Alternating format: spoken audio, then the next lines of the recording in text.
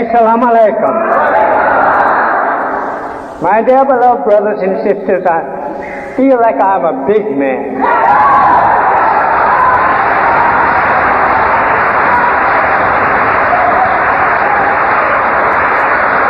You may be seated.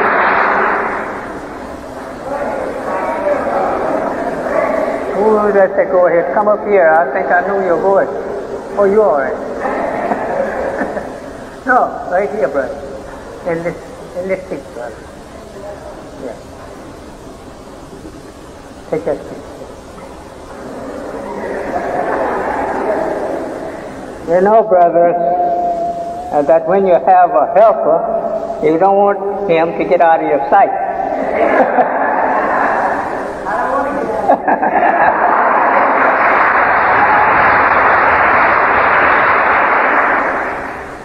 Old folks used to tell me, son, don't talk back to me.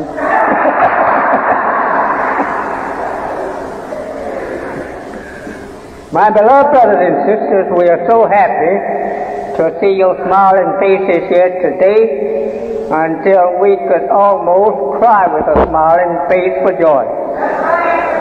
We are happy to see you visiting. But we still think we are shortchanged yet. We still think the more outside someplace should have been more than this. I looked at a little church once, and the little church, from the outside, looked like to me they ought to have been talking to us somewhat about at least 300 or 400. So I said, let me go in this little church. That was in Harrisburg, Pennsylvania. So I got in there and I looked around. I didn't see but about a dozen people or less. I said, what are they making all this noise out here for? So I went in and it was a sanctified church. And so the pastor, as you may realize, was a woman. I sit down and she starts patting and feeding the pangolins and whatnot, looking right straight at me. So I sit. After a while she'd come back when she had them all in a high tune. She said, are you saved? I said, I don't know. That's a mighty big question. I said, if I'm not saved, I'm in a terrible condition. She didn't know I was talking about her church. So she said to me, well, you stay right there. After a while, she got to preaching. She had a stick in her hand, and she started pointing it right at me, you know. And she came back later. She said, how do you feel now? Do you feel like you're saved now? I said, I'm not too sure.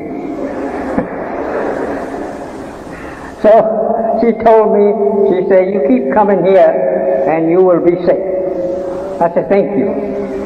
And I looked at the poor woman and I said, what a pitiful thing now. Our people have been robbed so by the devil that they go around and insult the God of truth and justice, the God of wisdom, the God of understanding, the God of our Savior, our God. So this lady, I wanted, after she got through, she asked me, would I accept Jesus? I said, may I have something to say? So she was so alert to tell me, come on up.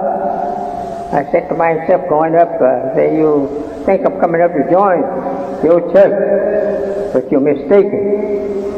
So, go tell them whether you're saved or not.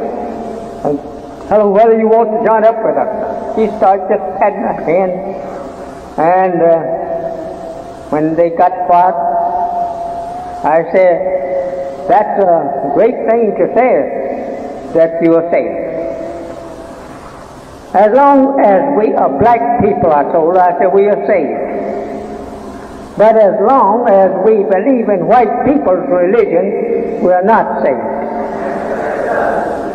So she told me she wasn't teaching white people's religion, that she was teaching Jesus' religion. I said, oh, thank you. I said, that's the teachings that I'm teaching. So she started patting and beating pans again. And she asked me, how long had I been saved? I said, ever since I was born. You can find lots of things that our people who have not the knowledge of self and others, it makes you feel like crying. Not to laugh at them, but to cry over them because they don't know. I'm a little late today, but I don't think that I have fed you with a late meal yet. I could soon get away, even though it seems like I'm late. And I can keep you here, and we all eat a late meal. Since we're talking about eating, I'm hungry now. And I think you who will rate us late, they should pay for us a good meal. I was constantly told at home, just a little while longer, they'll be there. We're waiting for such and such buses. So the dinner was smelling so good, I wanted to tell the brother, I'm waiting for dinner now.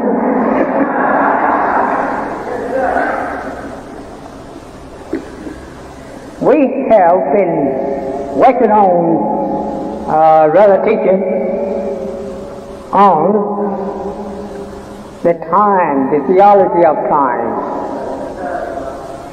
But this afternoon, I'm pretty late, and I ought to just get me a text, kind of sort of like that old preacher taking one day. He had not had no cotton breaks to join up in a long time. And they all would come in and start playing, ignoring him. So he says, I'm going to get these fools one of these days anyway. So next time he came back to his people, he went in his pocket, pulled out a quart of whiskey. He set it down. Went in the other pocket and laid down a 45. Then he put his Bible right in between the two. And he says, brothers and sisters, my text today is that some of these things will move you.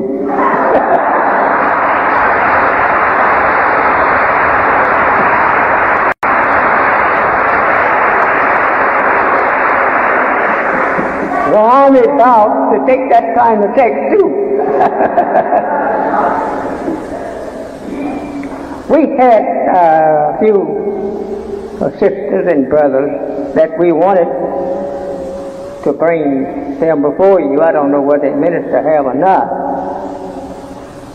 Have you, brother minister? Sir?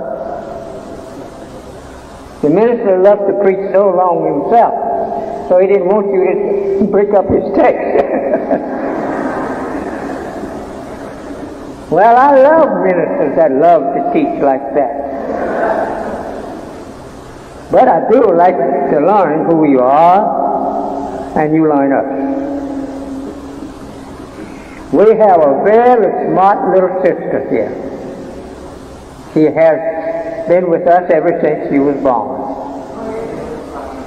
And she has learned so much that the messenger said until every time she come around me now, she wants the messenger say something. Know how smart she is. She'll come to me, she'll hug and kiss me, wanting to show me how smart she is. So today I'm going to surprise you. I want to know how smart you is now, little sister. This little sister is the captain, little daughter. Come on up here, baby. I want...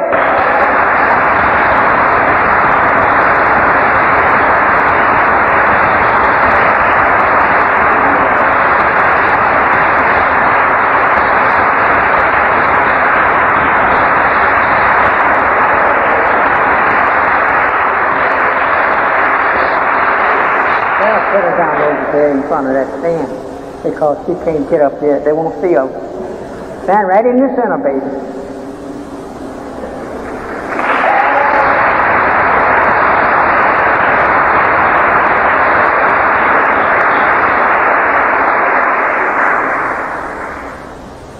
Greet the people, baby.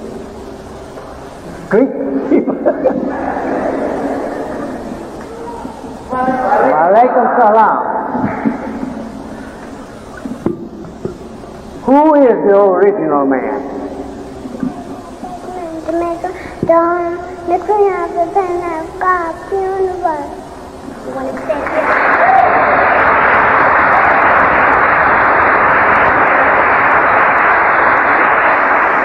Who is the colored man? The colored man is the Caucasian man. I grew up the skunk of the planet Earth.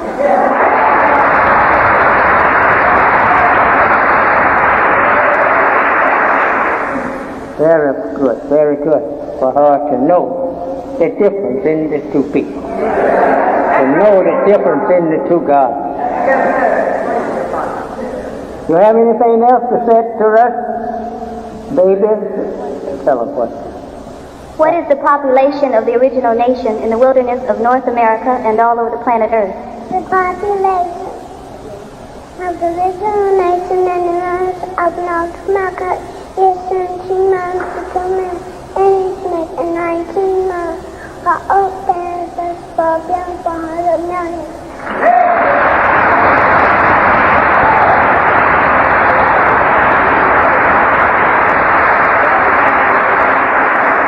What is the birth record of the said nation of Islam? The birth record of said nation. There is no birth record of him again, no end.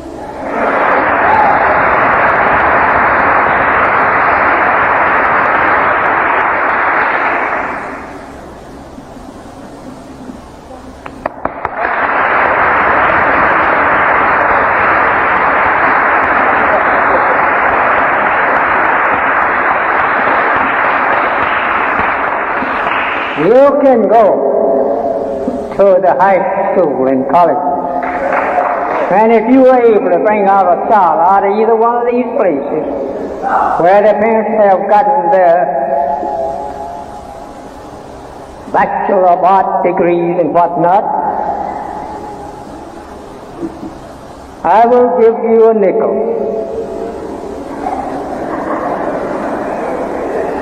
We have some very learned little children around here. They visit my home sometimes to let me know how much they have learned.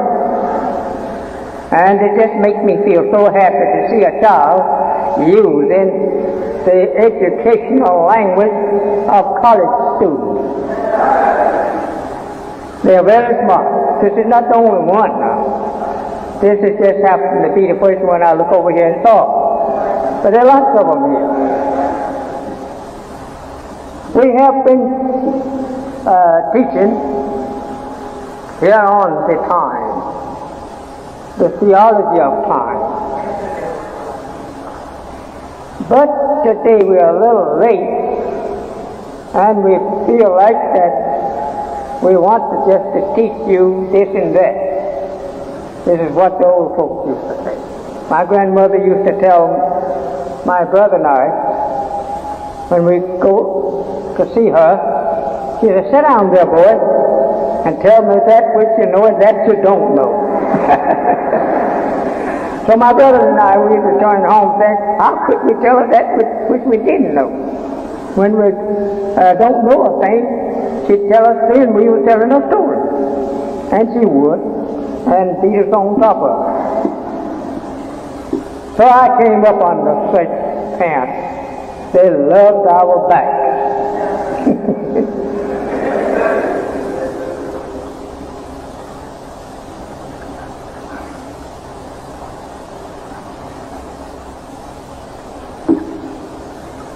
Pardon me, brother.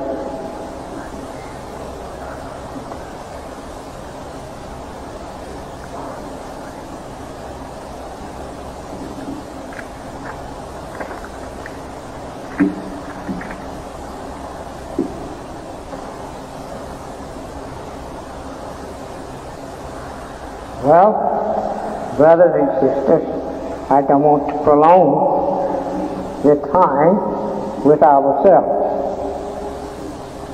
I know what you came for. You heard that I was offering $10,000 for anything like a word or mistake that you could find that I made. I still have that up for you, that prize. That's a good amount of money for you to win. Some of us have never earned $10,000. You do have the chance of winning it here, if you can find me telling you other than the truth. Not in the whole lecture, but in just one word. You'll get you $10,000 to carry back home if I can get my brother back there asleep so I can take it out of his pocket. I didn't say I let you down.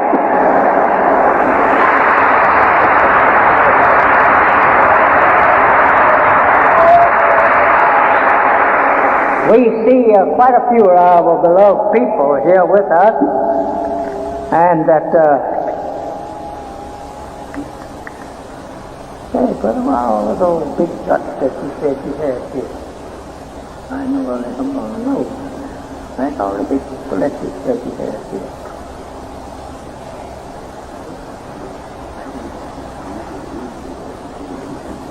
Well, give me these then. With all. Yeah. Brother come giving me some little papers here. And I told him when I get here to let me know whether or not that there was a lot of dignitary people here so that I could tell them that I'm just a little skinny fellow and I'm not able, maybe, educational, to compete with them. And that after I'm through, I will give the speaker stand over to them. They can talk. I believe in giving everybody a chance. Yeah.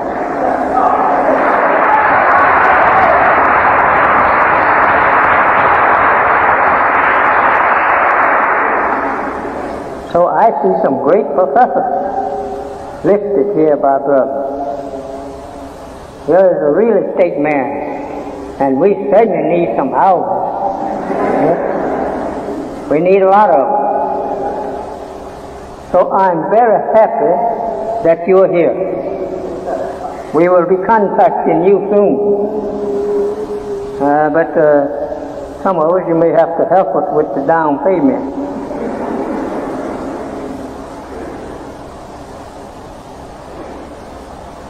All of these real estate men, brother? Oh, no, Professor. Yeah. All of these real estate men? No, sir, there's not. This is Mr. John Moon, real estate. Mr. Frank Sewell, a businessman, representing Mr. David Howard, supervisor from the police department, the Woodrow Bank.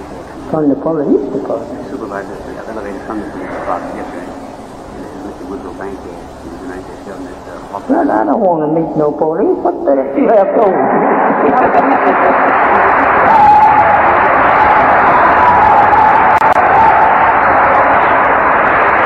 You better set me straight, or I'll be going home.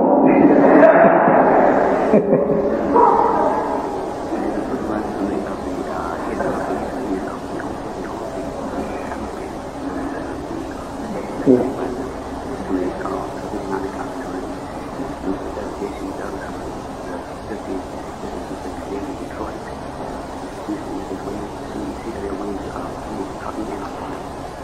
brother done got me scared now. So I'm going to make him call these names off. Because I don't know who you got out there to catch me, brother. I talk pretty open. Yes, sir. And I talk about white folks. Yes, sir.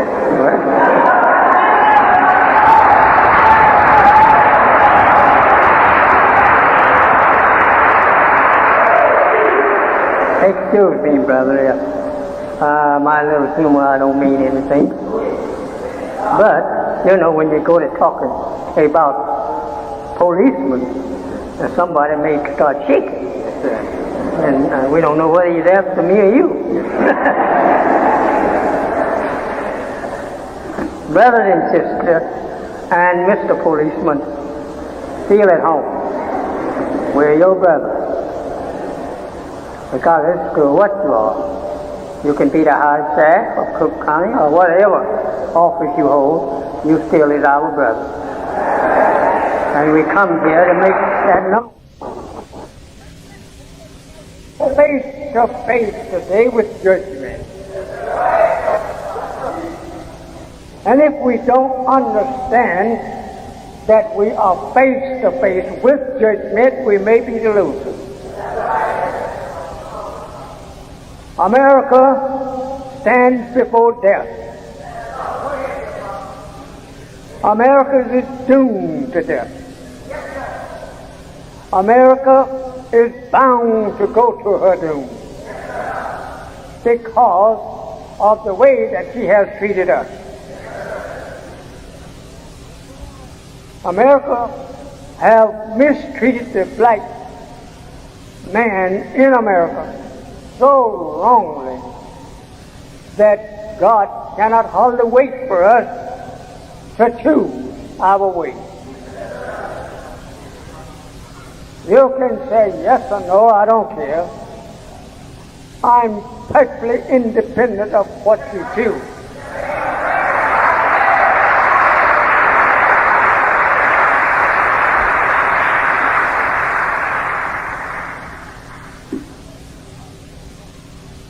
God came to me in 1931 in Detroit, Michigan. He taught me for 3 years and 4 months in person. I was not dreaming. I was looking at him in person for 3 years and 4 months. He taught me night and day.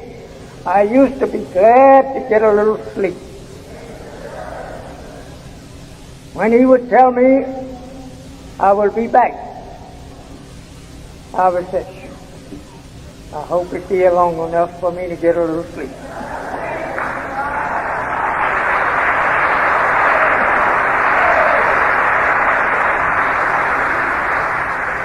And he taught me what you hear me teach you. 3 years, night and day. I don't think I would be wise to say that I taught myself and I taught you thus and thus. No, he taught me thus and thus. I didn't know nothing. I didn't know my name. What I was calling myself, it was the white man's name. So whatever you hear me say here this afternoon, it came from his mouth in the way of divine. Whenever you hear me talk other than that, well, that's me. That was me. But divine, it came from him. Though he taught me about non-divine and who non-divine was. And I have been teaching it for 40 years.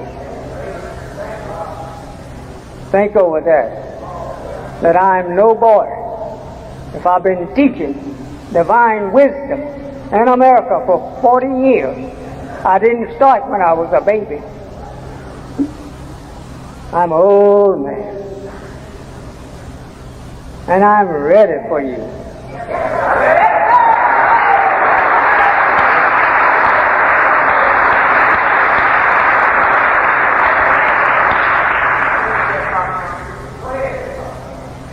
So, today,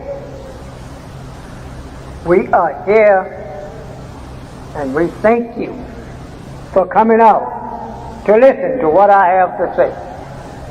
Or rather, I should make it more clear what God has taught me.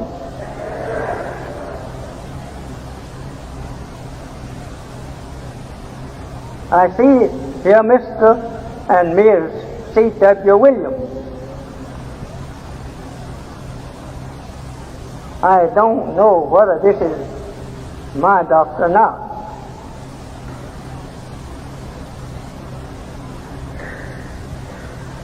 This from Detroit. You know him, I'm better than I do. Well, you call him out.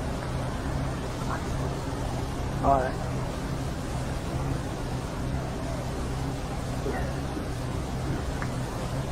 Well, they give me all of these great people, and I want him to call them out to me, because we want to thank you for being present. We have a Mr. John Green, who is a dealer in real estate. Dear Pastor, would you like to stand or just call the name? Pardon me?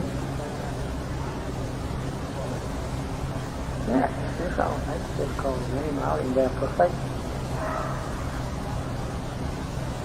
We have a Mr. John Green, who is a real estate dealer. Mr. Frank Sewell, a businessman. Mr. David Howell, a supervisor for the elevator departments of police department. Mr. Woodrow Bankhead, the Office of Economic Opportunities of the United States government. Mr. J.C. Douglas from the 13th District Business and Civic League in Detroit. Mr. and Mrs. C.W. Williams from the Williams Trucking and Hauling Company in Detroit. Mr. Frank Ditto, an organizational leader from the East Side Voice in Detroit. Mrs. Catherine Wallace, who is an aide to Judge Frederick Byrd in Detroit. Mr. Ronald Barnes, consultant for the Illinois Bell Telephone Company. Mr. Cleophas Williams, a union officer from the Longshoremen's Union in San Francisco. And Mr. Alonzo Hughes, who is an educator from Maywood, Illinois.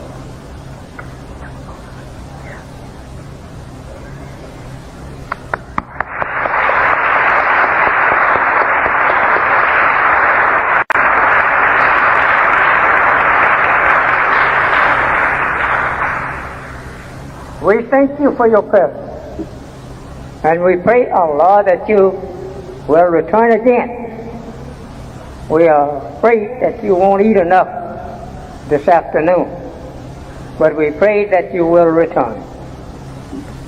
One thing we want to say to you, regardless to your profession, we still preach that you are our brother. Whether you want to say yes or not, you are our brother. All black people are the brothers of each other. You have been told that all people are brothers. And the way of being people, we are brothers. But we are not all brothers by races and nations. We have a stranger in our midst. And that is the white man. We are not brothers to the white man. He is a total stranger. He didn't come from the God that we came from. He come from a made God, not a created God. Our God is a created God, and we are created people. But the white man is a made man. Yes, he didn't came here with us. We've been here ever since that the earth was made. We was right there beside our Father that made it. And that we, the black people, didn't come from white people, but white people came from us. We made the white man, and can do it at no limit of time. But when it comes to us, we were created. if this was heard and believed among you, alone would set you free. When the white man hear you say that your father, a black man, created him, or made him, pardon me, and that you are a created man from a created man, but the white man is a made man. When he represents himself to you, he puts it in such a way that you don't make a mistake, that he is not the created man, but he is the made man. He puts himself in his place. But you put yourself out of place when you go and follow him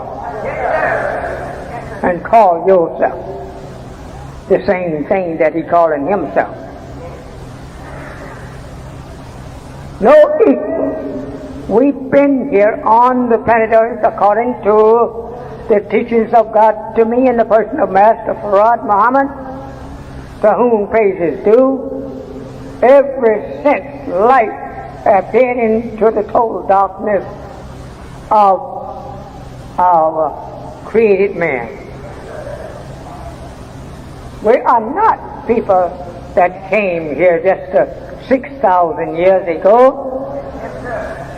We are people that came here trillions of years ago. The white man is a made man from one of our sanctity 6,000 years ago. That's no time with us. We've been here for trillions of years. And if you try, put his time in our time to calculate it down to the number one man that self-created, you wouldn't hardly find a second to give him in time. Hardly will run into a second. Take 1 trillion years and divide it by 6,000 years. See what a little time you will have there. Then take 6,000 years and divide it into 6. The 6 trillion years. That's not a long time we've been here. Take that same 6,000 years, push it through the 6 trillion years, and move it over to 76 trillion years, and you will hardly be able to find it.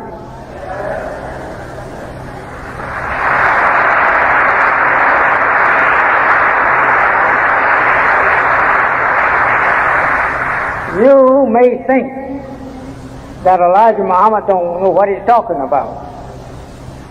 Never heard of nothing like that. How could you hear anything like that? Falling a baby only 6,000 years old. Now how could you know anything about billions and trillions of years? With man's voice ringing throughout that time. How could you hear it in just 6,000 years ago? We don't care nothing about the little white man. We don't care anything about his big talk. We know it's like a little puppy running along beside a great big hound.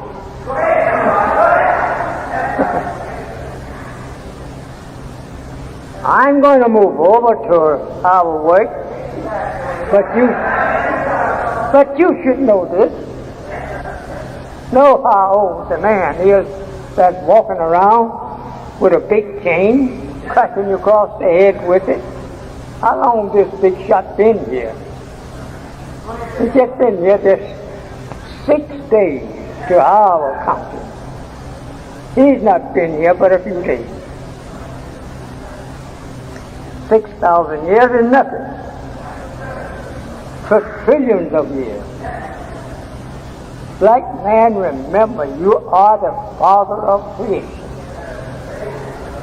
Black man, remember that no white man can dispute with the one who said it, Elijah. He can't dispute with me. I'm a God-taught man. I'm a God-raised man.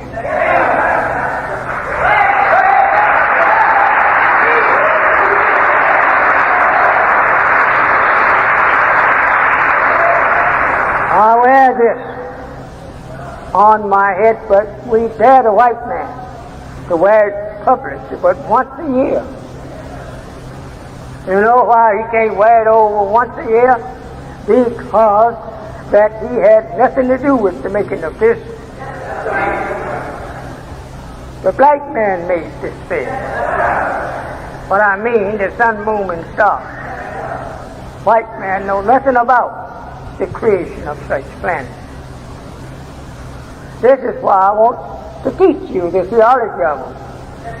Anything in the universe, anything on earth of human beings and of life of any kind, I'm here to tell you what Allah has taught me of. Not what I know. It is Allah the one has taught me. And I don't think you'll be able to make him out other than the truth. We was teaching last Sunday on this voice.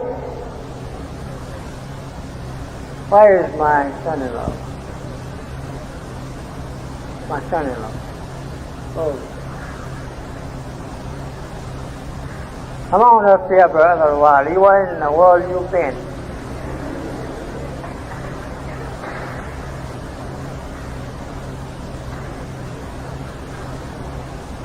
Is that your mate? Is that your mate? Well, so you raise your hand and give us your mate. You know, in Ezekiel, we have a very, very powerful prophecy, and one that is kind of frightening.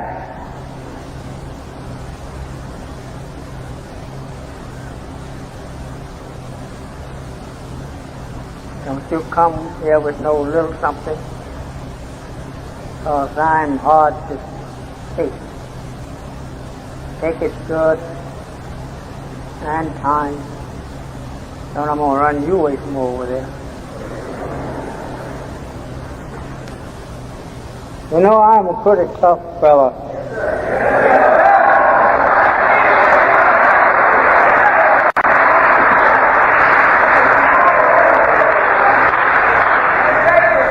Especially with these brothers that I've been knowing ever since near 40 years. I know they don't want to be called 40 years old, but I've been knowing them for that length of time. And that this man is my son-in-law, Wali Muhammad. He have my name. You know, when I found him, he had the devil's name. And that he started following me. He married my daughter, and I thought I would make her call him after her name. Because I didn't want a son-in-law in my house called by the devil's name. Near 40 years. I know they don't want to be called 40 years old, but I've been knowing them for that length of time. And that this man is my son-in-law, Wali Muhammad. He have my name. You know, when I found him, he had the devil's name. And that he started following me. He married my daughter, and I thought I would make her call him after her name. because I didn't want a son-in-law in my house called by the devil's name. Get away from the phone. Sometimes the brothers tried to line me up with a mic, and the thing slipped away from me every now and then. I have to get back to this one.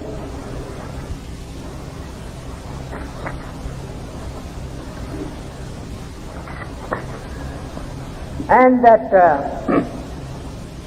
in this world we was to worship, and we love try to be called by the white man's name. We love to look like it. And that I'm going to see whether you love to look like it. The white man has been here on our planet for 6,000 years, and he has ruled. Now, brother, I'm pregnant like your job. Yes, sir. And you have that basket, then I can get a little stronger if I hear something in it. I went in a church once to pass the basket so fast, and I kept hearing something rattling in it, you know. So it got down. So I didn't have much money, but I did in a dime. I didn't have no more, because I know they were asking for charity, and I love to give charity. So I give them a dime, and they looked at me, and I shook my head. I didn't have no more. But I don't want you to do that. So we may follow you and prove that you do have more.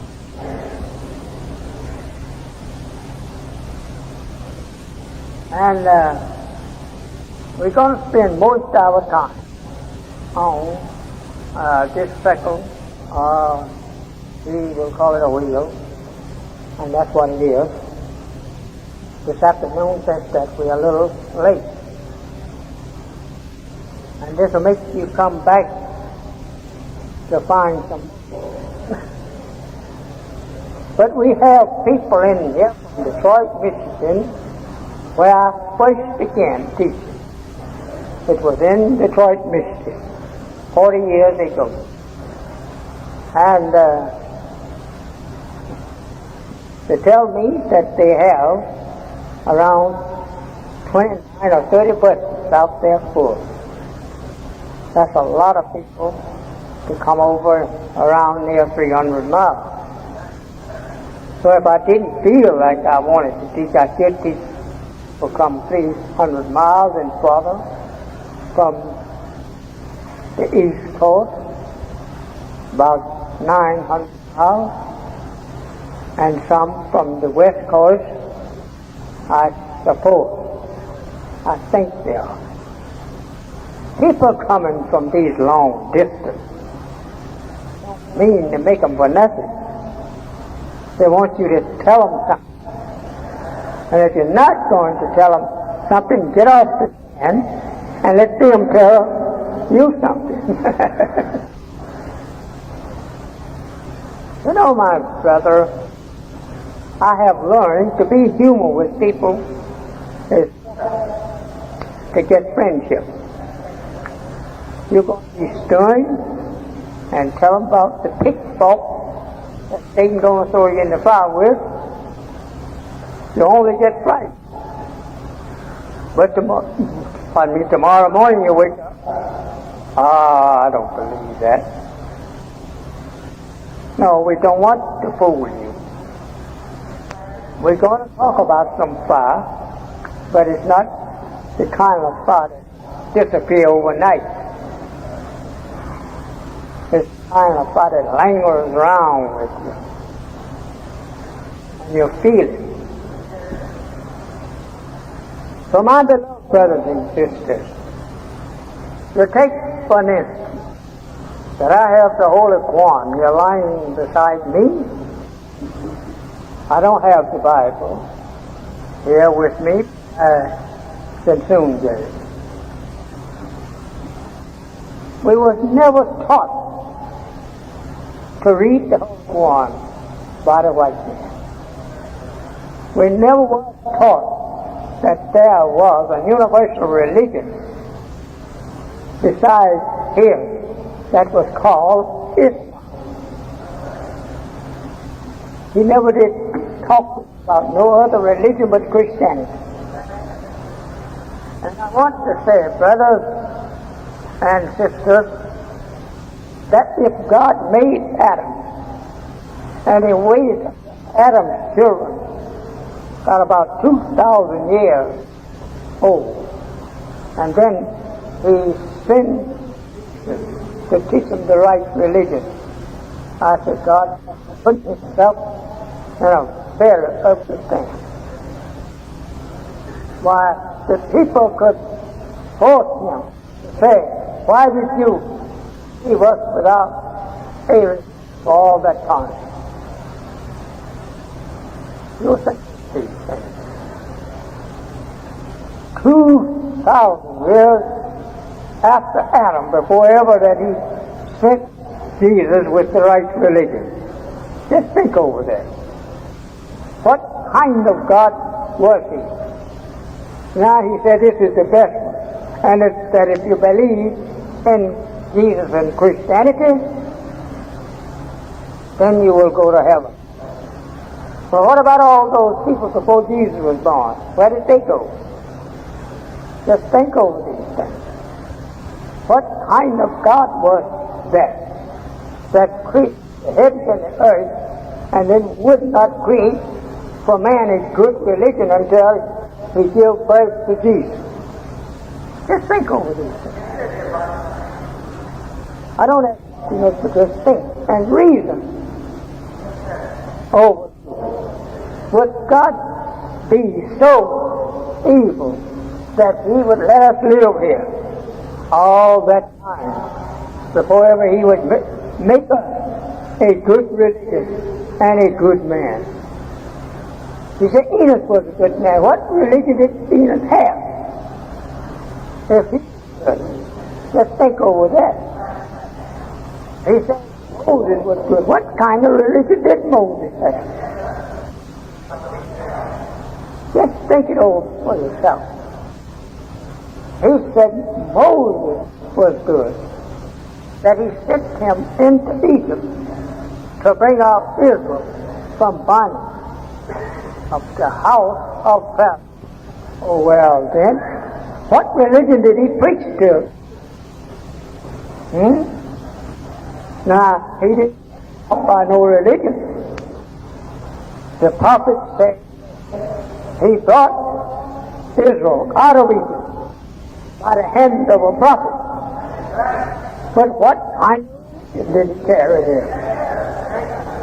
They said Israel didn't have no religion.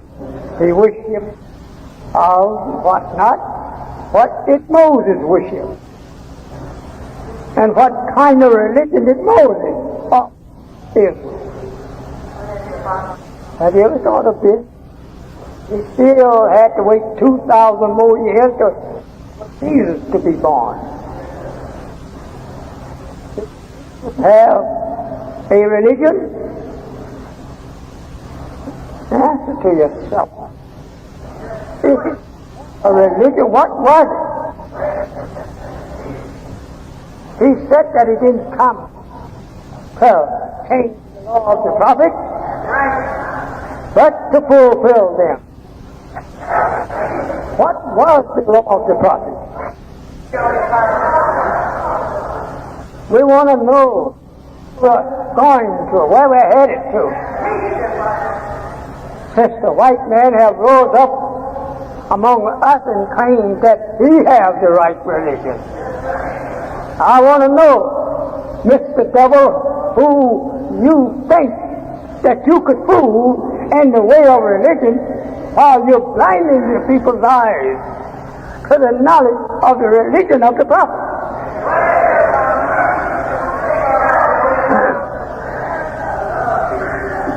Now, I love to get after this devil.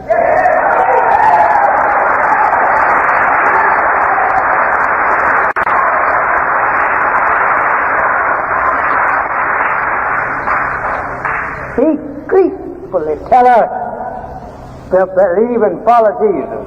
How about Moses? He don't teach you to follow Moses. He said Jesus. Well, what did God give to Moses? Was Moses' religion different from Jesus? No, you said no. Well, what was it? Tell us the name of these two great prophets' religion. And he will tell you Jesus. So what about Moses' people? Did they go to hell? Talk back to him.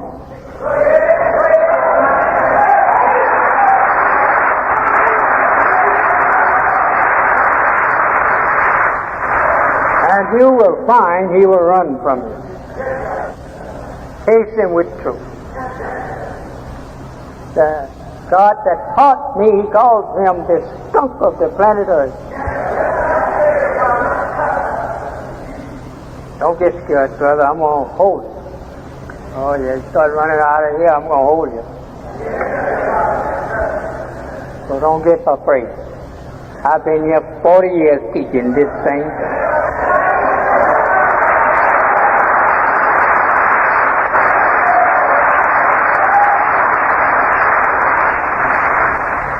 He is so wicked and so filthy that God called him the skunk of the planet Earth. Look at what he is doing. Look at him now going nude. This system of skunk. Taking your wives and daughters, stripping them off, parading them up and down the street. All your knowledge spent trying to make and model a nice, respectful daughter. He go out there and make them disrespectful. Pulling off her clothes.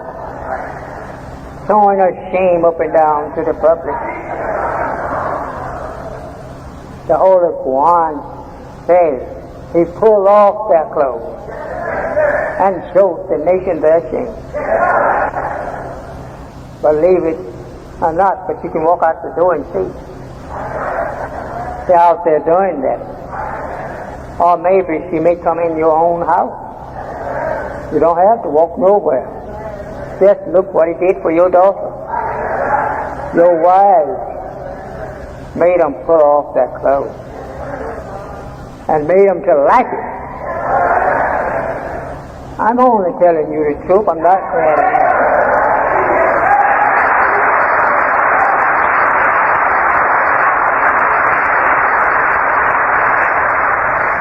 What a preacher, Baptist, a Methodist, Catholic, look like preaching to you, decency.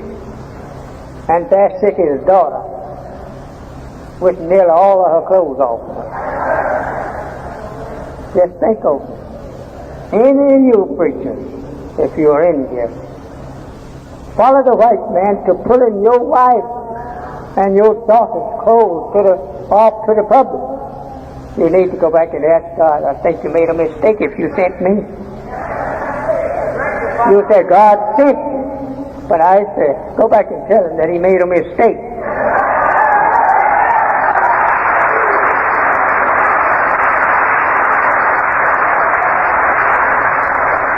No minister of any religion will allow another people to pull his wife and daughter's clothes off and make them walk in the public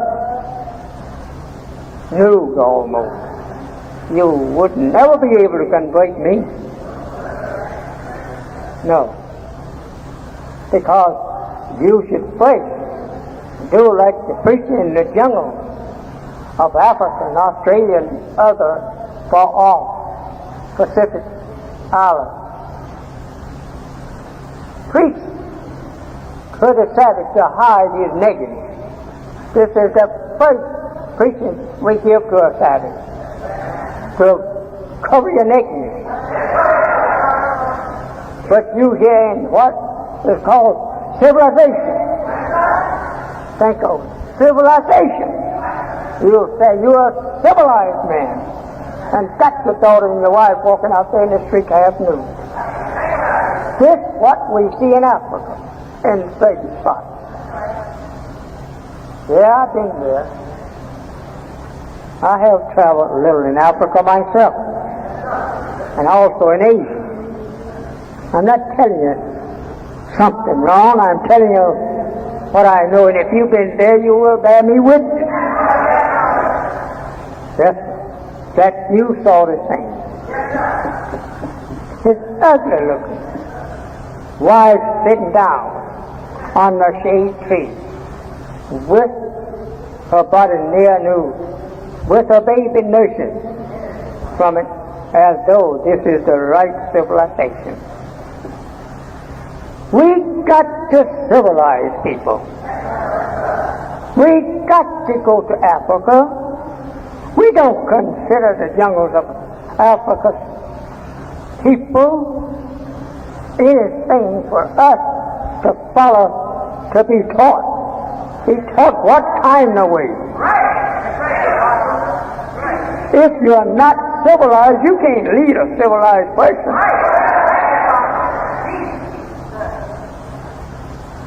Talk like if you were evil. I've been around a little myself, and I know what you have. Not guessing, but I know from actual things. If you tell me to go to Africa, I will go there, but don't tell me to go there to be civilized. I'm already civilized, and I'm ready to civilize Africa.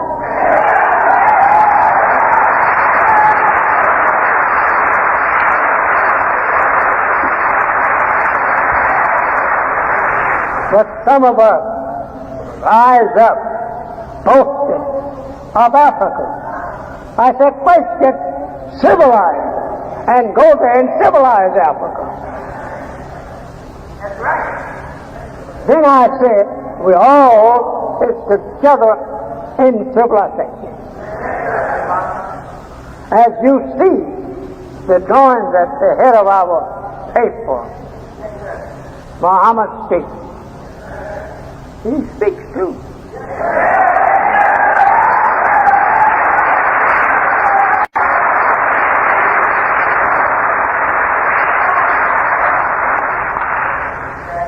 We love Africa, people, like we love you in a way. Not quite as much, because they've been free and they let England, Germany, and other Europeans people go over there and rob them, push them back in the jungle, and taking over their country. I dare us to get a country. They certainly won't push us over out of it.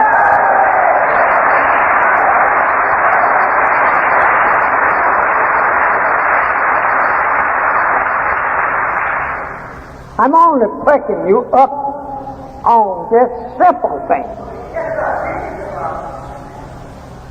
We love Africa. That's why I have our hands joined on the upper part of our paper.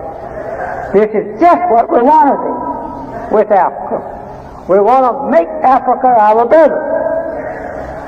But Africa cannot lead us until they themselves have become perfect civilized. What God has taught me is a perfect civilizing people. It is not something that you could add to make it civilized. It's perfect civilized teaching. To civilize any savage, regardless of where it comes from.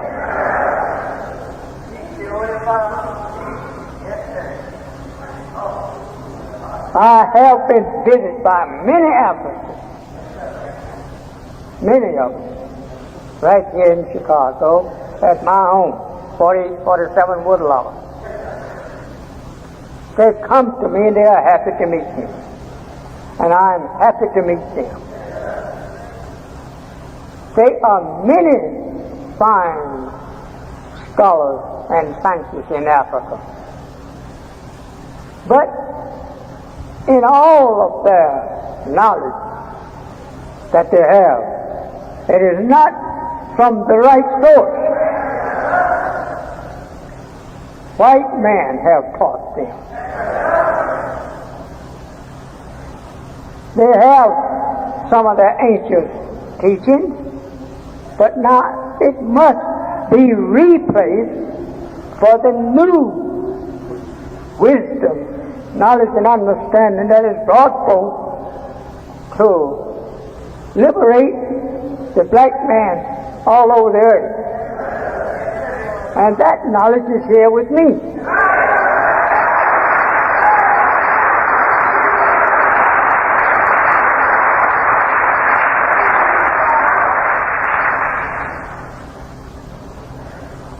This I don't say criticizing no one. I want to join hands with you and be your brother. But not with that which England, Dutch, and these other slave-making rascals. They give you their knowledge to enslave you, like they did here in America, Africa. Anyone come from out of the country of America, see you acting a little foolish, ignorant, they jump on you and rob you. And yet doesn't give you nothing to relieve you of the robber that you was born under, brought up in his churches. But I'm here to fight any robber.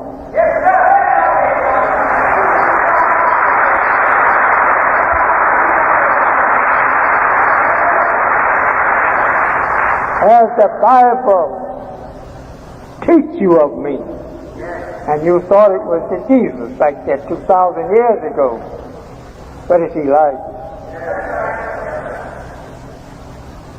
All before me was thieves and robbers. This means leadership. That Jesus could not say all before him was thieves and robbers, then he would have been classifying his prophets before him to be thieves and robbers. He could not have mentioned anything like that. But it's me. I'm the one that said that. And the spiritual and knowledge of the prophets that wrote it, not before Jesus. Those were prophets before him, and not thieves and robbers. But thieves and robbers was before me.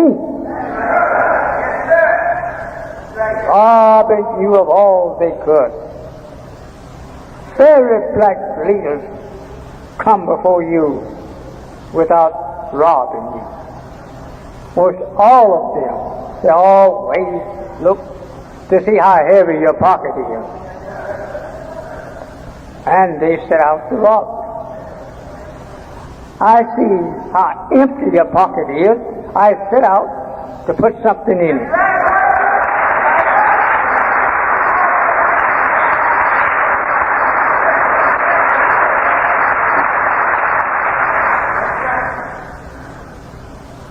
The time that we are living in now is the judgment of the white folks.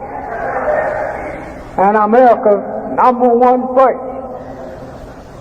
God have made the whole world turn against America in order to destroy her.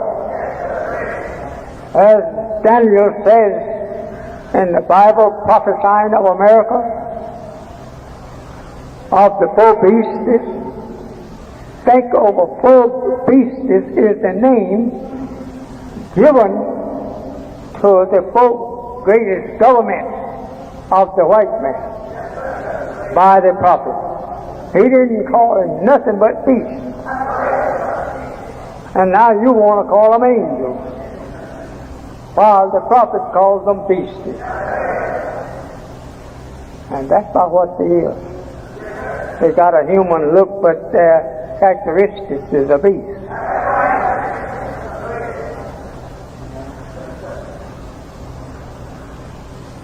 You may not believe me, but the time will prove that I'm teaching you the truth.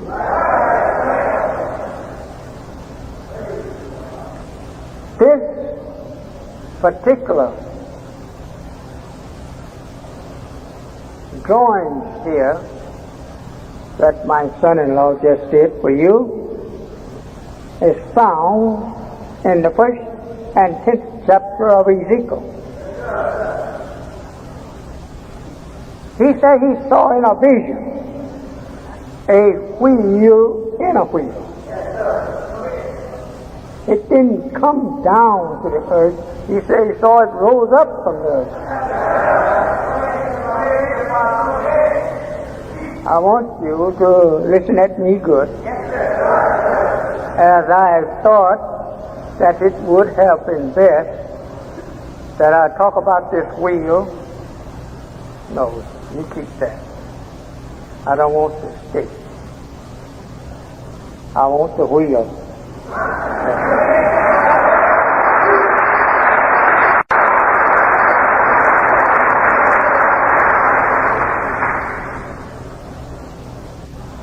My son-in-law saw me draw this wheel in Washington years ago, so he can draw it now better than I can. He don't add anything to it, but more perfection. He can draw better than I can. So Ezekiel, I'm about to lose my helper here. So Ezekiel says that he saw in a vision a wheel in a wheel.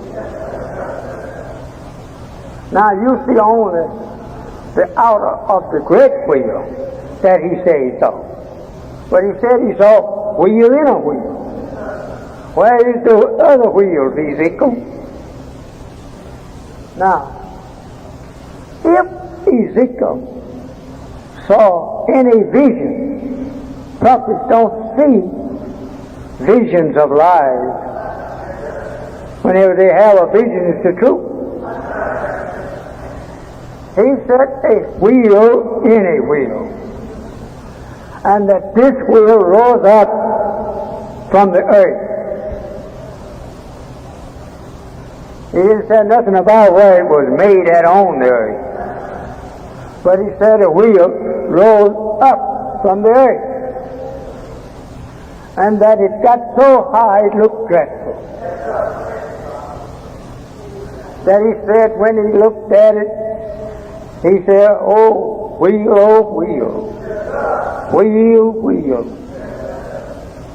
So it must have been a great thing for Ezekiel to behold.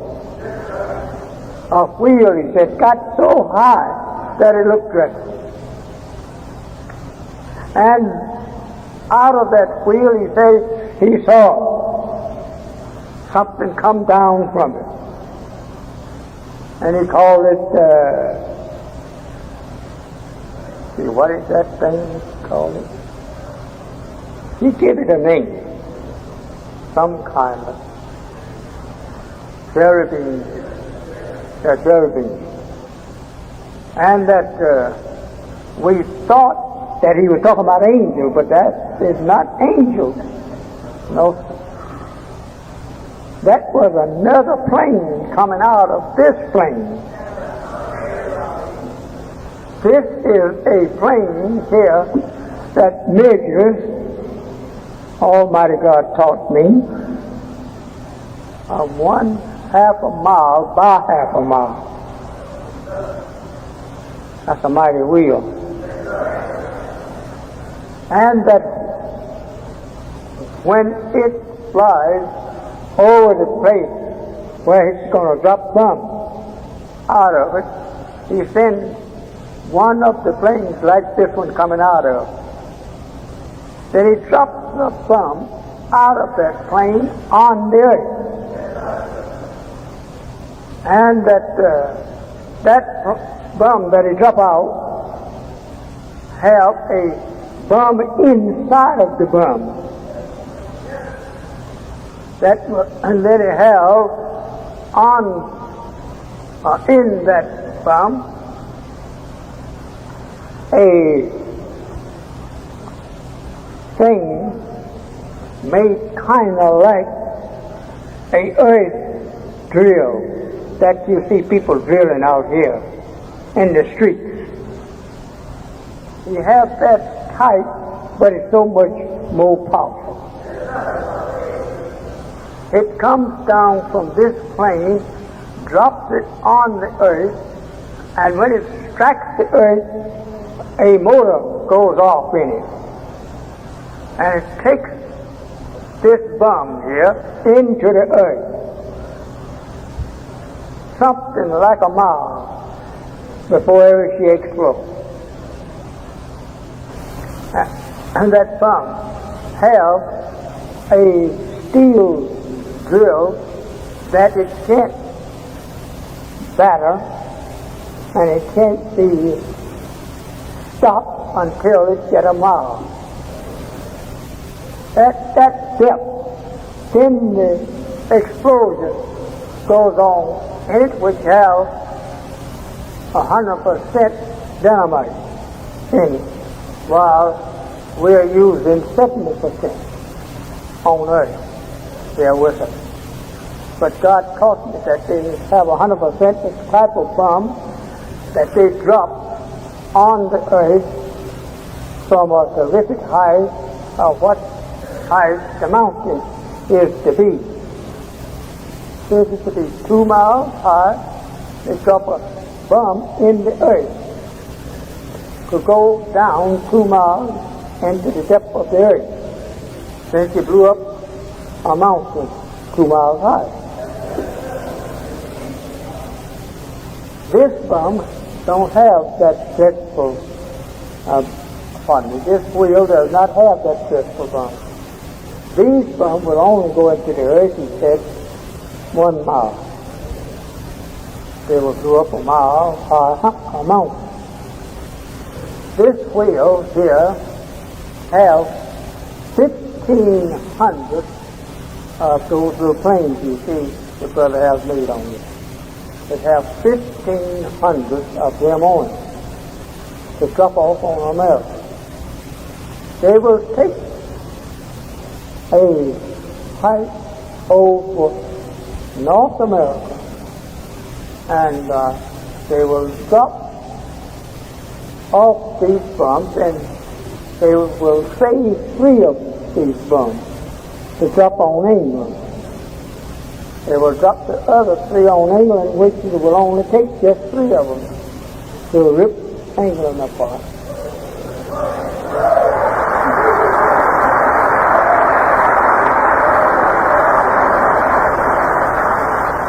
I'm not trying to frighten you to believe.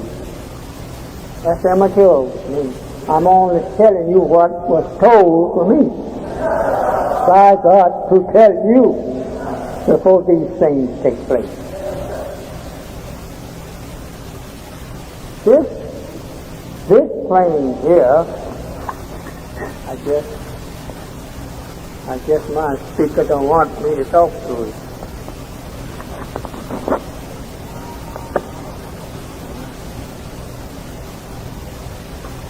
This plane here will make 1 trip across America and drop her bomb, and that when she drops one, she knows the distance of which the explosion will take effect, Then just 3 of these planes will be sent to the British Isles to take care of England. Believe what I'm saying or wait around a few days.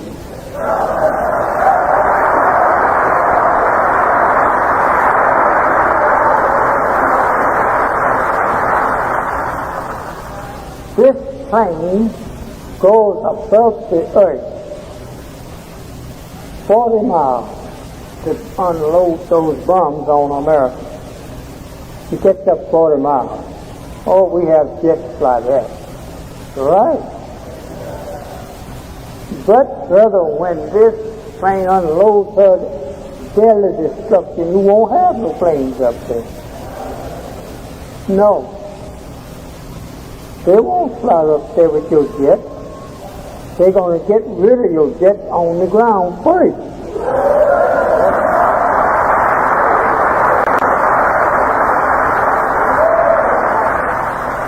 How are they going to do that, Mr. Muhammad?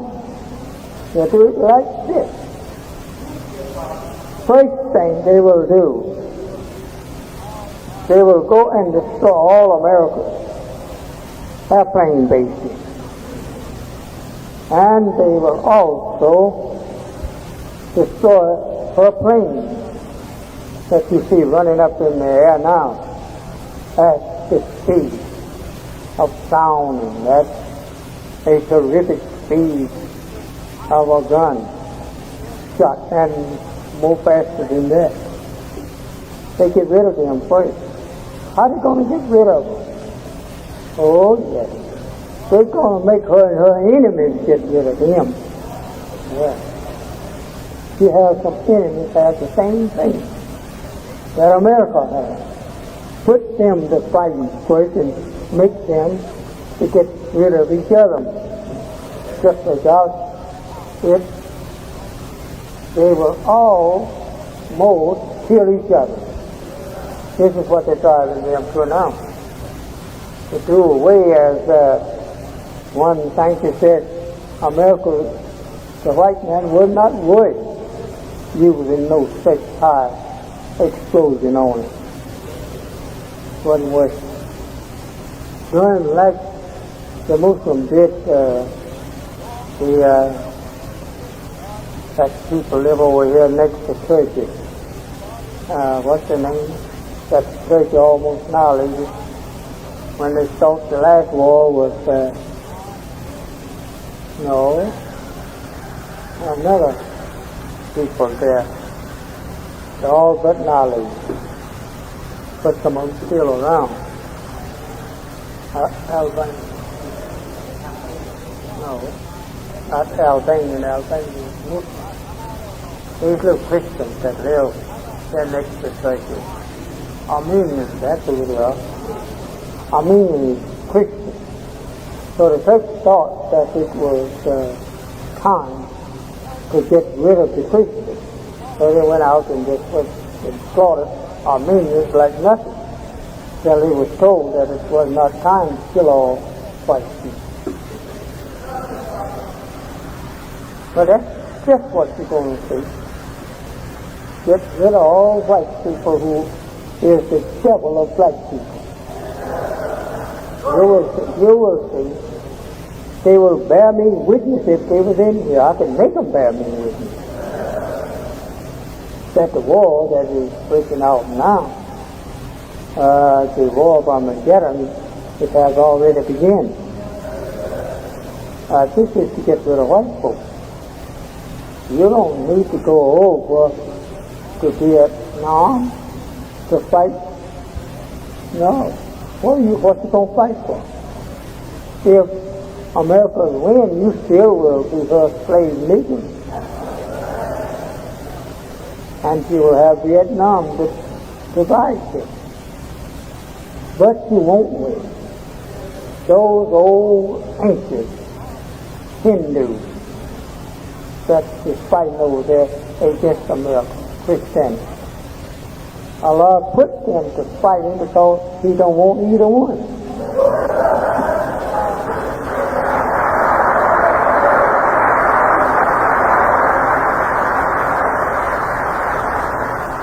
So he let America, the Christians, kill Hindus all they wanted. And then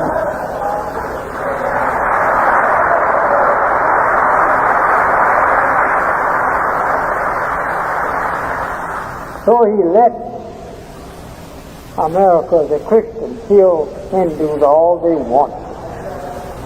And then the Hindu will be killing her too. But they probably will not win, but let them kill each other. So you don't want either one.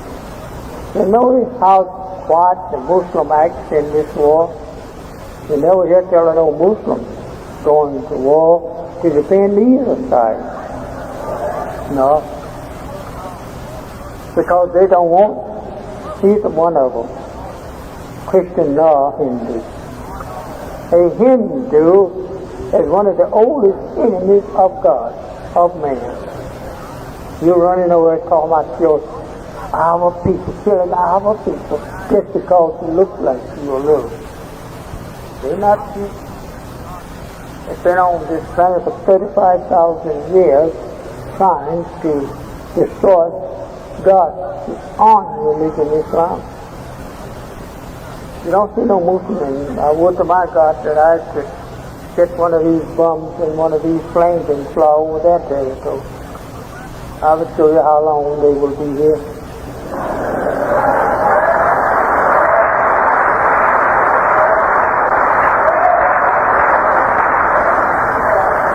There may be some Hindu believers in here, but I don't care, brother. Yes, I'd fly over your territory and kill every one of you if I could. If you are here. I don't love you myself.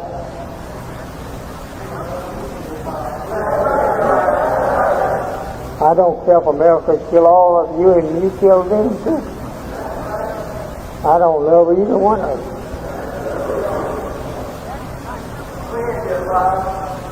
Oh, will. Think over the prophet, looking at it. Oh, will. You look dreadful. Loaded up with bombs to rain on America. God told me that you make one stroke across America, now America would be all but finished off. And just 3 of these bombing planes go to England, that'd be the end of England.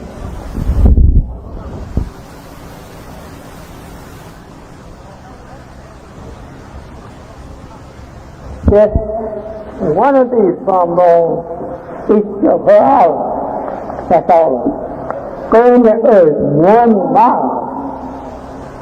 Principally up a mountain for a mile high and kill the civilization for 50 square miles around it. Ah, brother. Don't come trying to make war with God. It's a dangerous thing to do. Today, every kind of deadly weapon is being fashioned to destroy man from the face of the earth. They all is angry with each other, as the Bible prophesies. And the nation was angry. God himself was angry. But had come the time of the dead that they should be risen up and be judged according to justice. That's there in your Bible and our Revelation. God was angry. The Lamb was angry.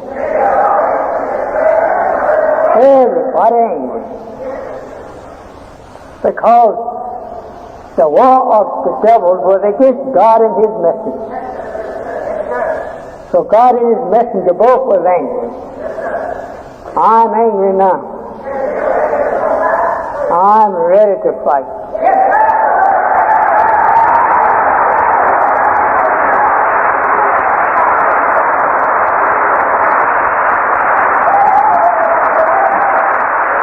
This is why that I'm here today. I come out alone. I don't have no armies with me. My few followers is very weak. They have no arms. But if they follow me to my God, they have perfect arms. Arms that don't miss.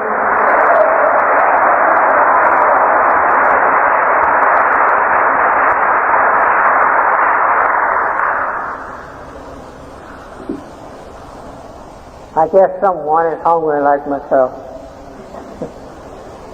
I too is hungry.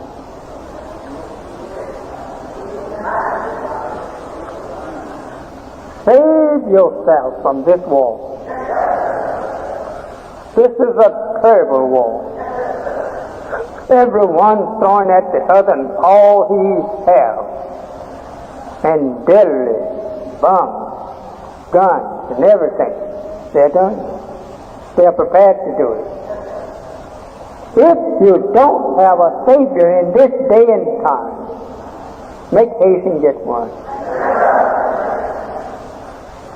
Over in Europe, it's the boiling point. In America, it is the point of death. Everything pointing at us. Oh, save America, you will say. Yes, if America had not destroyed you, she could be saved. But she have destroyed you. Night and day she's killing black men. Someone must stand up for black men. So I have God on my side to defend me. Storm, rain, hail, earthquake, drought, plague of all sorts. It's going on. I won't tell you that I'm doing that. This is what they want to charge me with.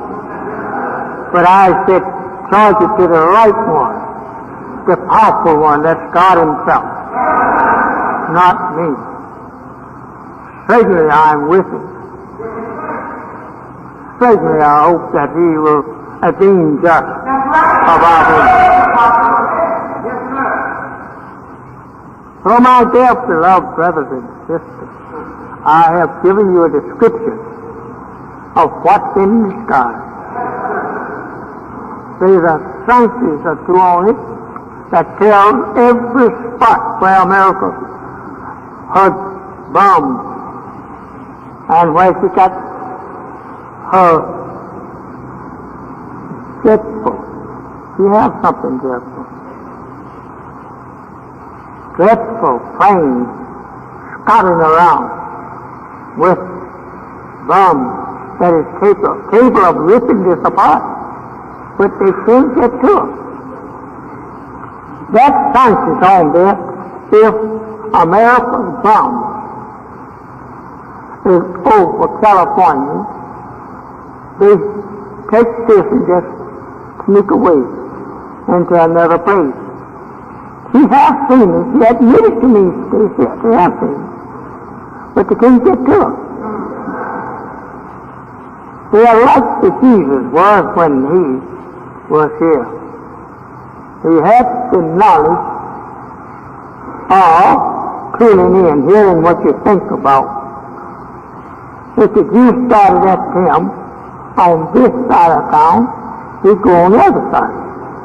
Because he heard them when they were planning to come to him. And it is. One out of every 100 in Asia of the righteous can hear you thinking over here. Tell you what you're thinking about. There was two of that type of people visit my home. There are not so many which they go.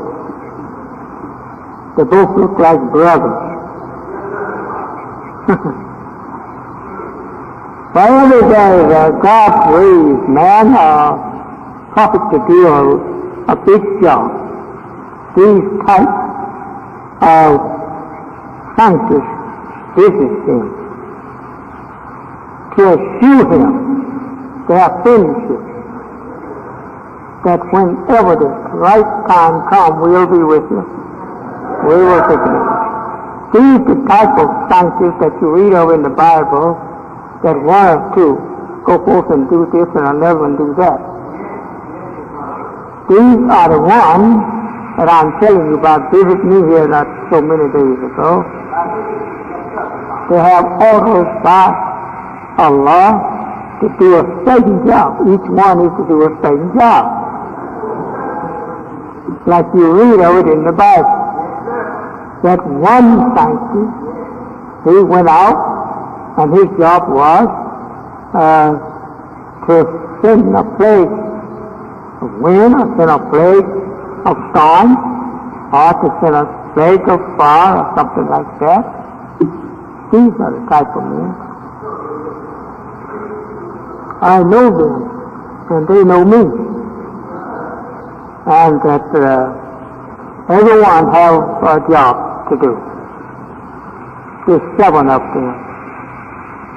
Allah says that the job is not enough for one, but 7 of them will be ordered to do it.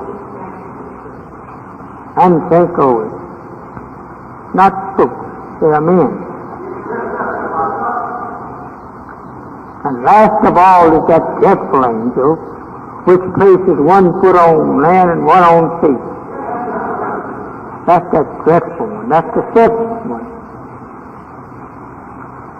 And the book says, and Allah pointed it, he lifted up his right hand and his left hand to heaven.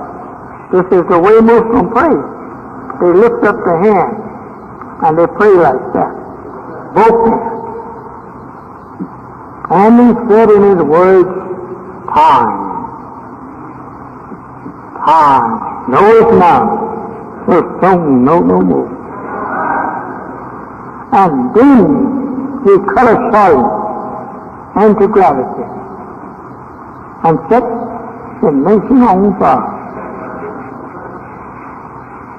This cutting a solid, it means cutting a solid into the atom of the gravity of Earth and make the atom over the Earth explode. When they explode, they set all the atmosphere into a flame of fire. And there is no people can live on the earth because it will be all in a flame of fire. This is the way the heavens and the earth will display the judgment as the Bible teaches you. But the flame will only go up 12 miles high. But it's a more shame that you that is on the earth if you don't get with Allah. Our people have never been taught of Allah, they've been taught of God. Well, in fact about it, that's one of the attributes of Allah. That's God. And Allah is God. And they have 99 of such names. Each one meaning something of himself and of his power and wisdom. So I'm going to hurry now to dismiss you, as you have been here so faithful and patient. And especially my brothers and sisters who have rode a long way trying to get here to see me and hear me. I'm so sorry that we was a little late today and I couldn't carry out what I wanted. But now people know me. Some of them came here, they have known me to teach this for years. And they came out because they just love to hear it again and again.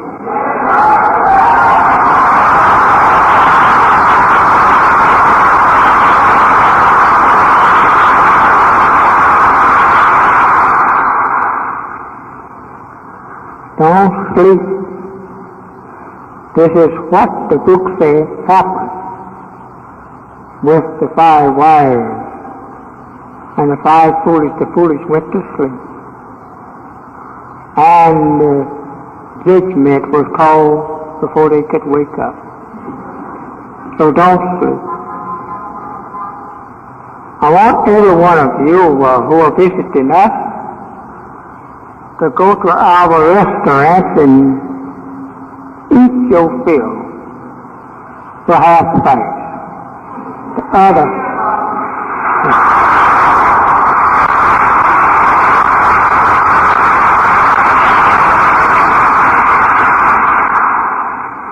I won't let you give me charity and then not feed you, but you'll have quite a few, and I'm afraid that I may hurt myself if I give all of you a meal. I can give 2,000 or 3,000 people a meal myself. I have 10,000 myself. I'm not your hungry preachers of the Baptist church. That is too stingy to give you a meal. I can give all of you a meal free. But some of my brothers may think that I'm overstepping the limit. But I don't mind. I know you'll give it back to me one day.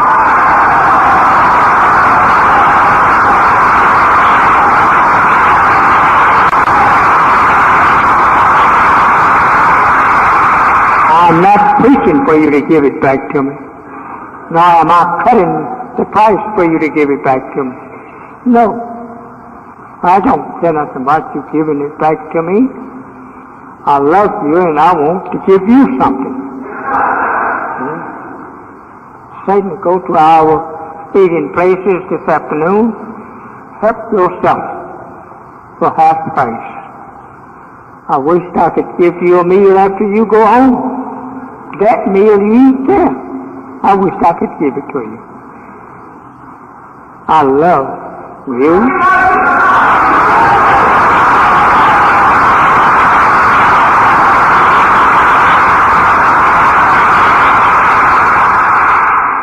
And I hate to see the devil triumph over you and take you to hell with him. So I'm willing to do everything, even to my life, to keep you from going down with this devil. This is all he's after you for. You know the devil in the north and south would not give you his women folk this day if he was not trying to get you to go to hell with him. When it's written in the Bible that he killed them, the woman, corrupting themselves. It's written. So, don't take his old ugly blue-eyed woman. They're not good women. They're ugly women. What I mean, they're not pretty like your black woman.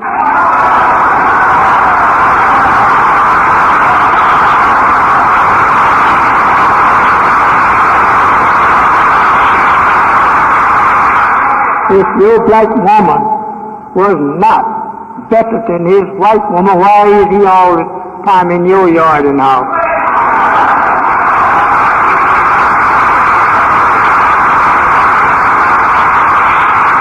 You know you have the best woman. And we want to tell our best woman now to come out of his yard, out of his house, since we told you he's the devil and he can't make us out no lie. Come out of his house, out of his yard and out of his automobile. Don't we'll come after you one day.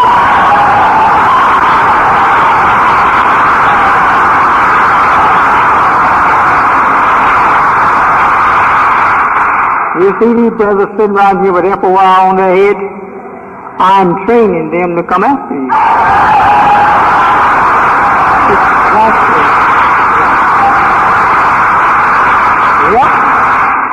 We're going to take you and put you in your place. Beautiful sisters, we're going to do that. We're not going to beg you either. We're going to just tell you to get in your place. Stop bearing half-white babies for the devil. We are not going to stand for that much longer.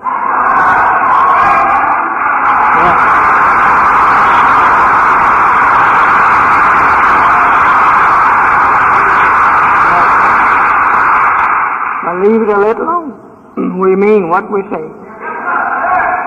I have followers from the Gulf to the border. And I have followers from one coast to the other. And they are training very fast to set our law in the land. The law of righteousness, the law of justice, the law of equality. We're going to set it from coast to coast. Our God, fine. Thank you for listening.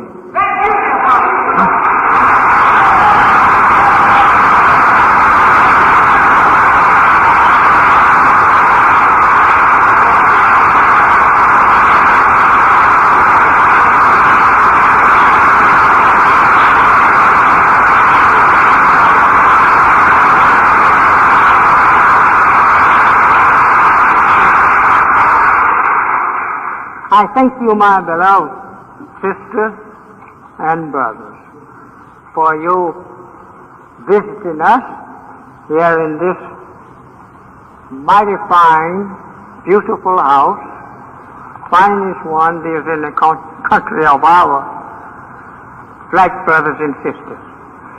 Equal this one. I don't care where you go. Nearly $5 million that we paid for it, still paying for it yet. Hope that you will give us from a nickel on up to as much as you can to help us to finish paying for it. We haven't paid for it all. No. But we have gotten it where that we can say to the world it's our place, but we have not paid for it. We owe $3 million on this house, and we hope that you'll help us to pay it off. Thank you.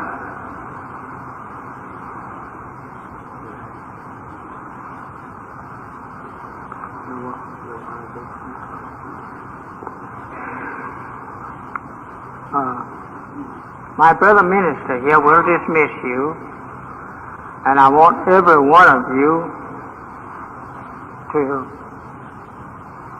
prove to me that you believe in the truth of what I... Salam alaikum. I'm very happy to see your smiling faces. If mine is not smiling, then I must come through some kind of, things that didn't make us smile. So now I'm with you with a smiling face. I can smile too.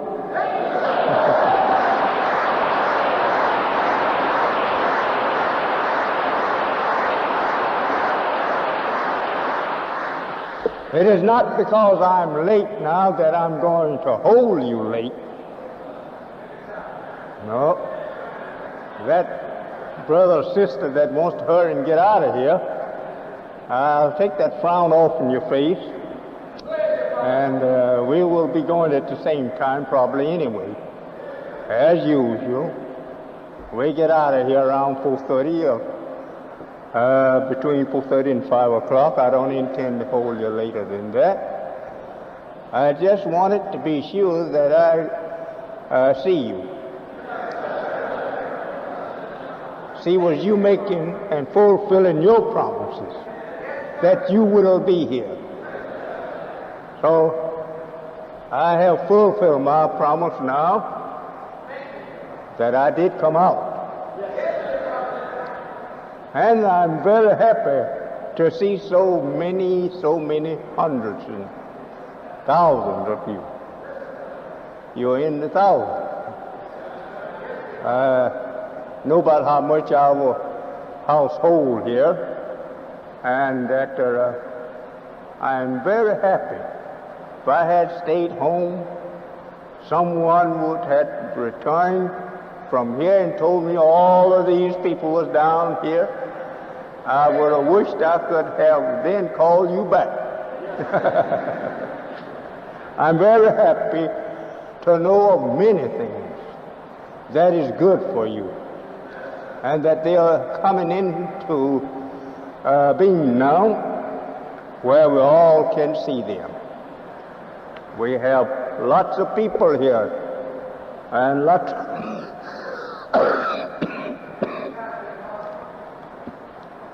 of professional people, and you the people that we've been calling for years. And we had to buy this $4 million church in order to get you out.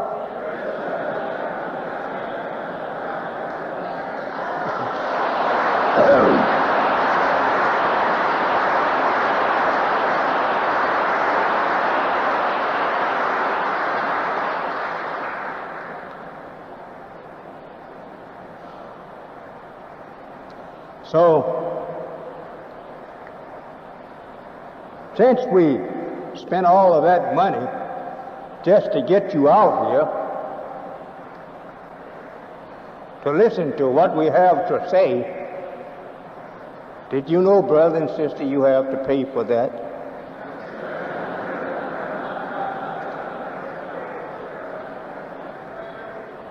I was so surprised last Sunday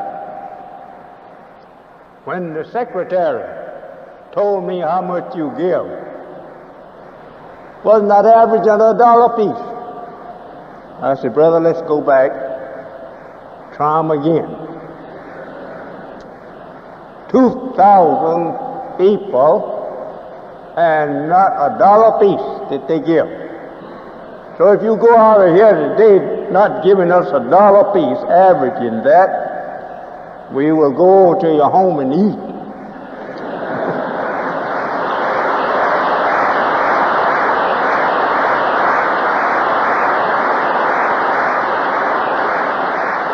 You know, we eat once a day, most of us, and brother, we have a good appetite at that one meal.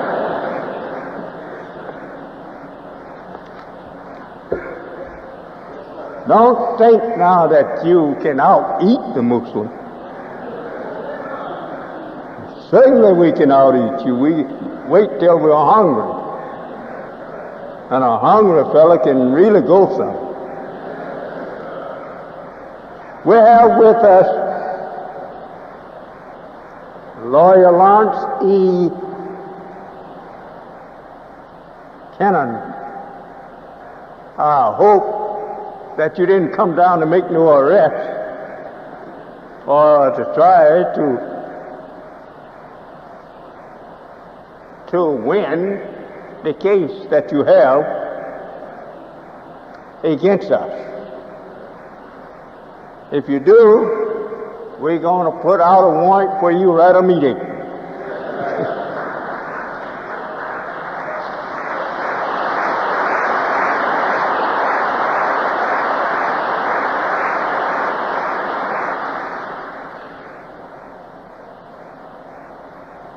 We have here Mr. Joanna Harris, teacher. You see our principal of our school, and she will give you a date to meet her. Miss Billy Webb, import business. You'll see us on Tuesdays between 12 and 2 o'clock, and the same time on Wednesday afternoon. We will talk with you. Of course, we have of our own selves in that business, and it can be increased with your help if you are able to help us as we desire that you do. We only want our own to go through with the nations of the earth. If you who would like to join in with us, please talk to me between 12 and 2 o'clock on Tuesdays.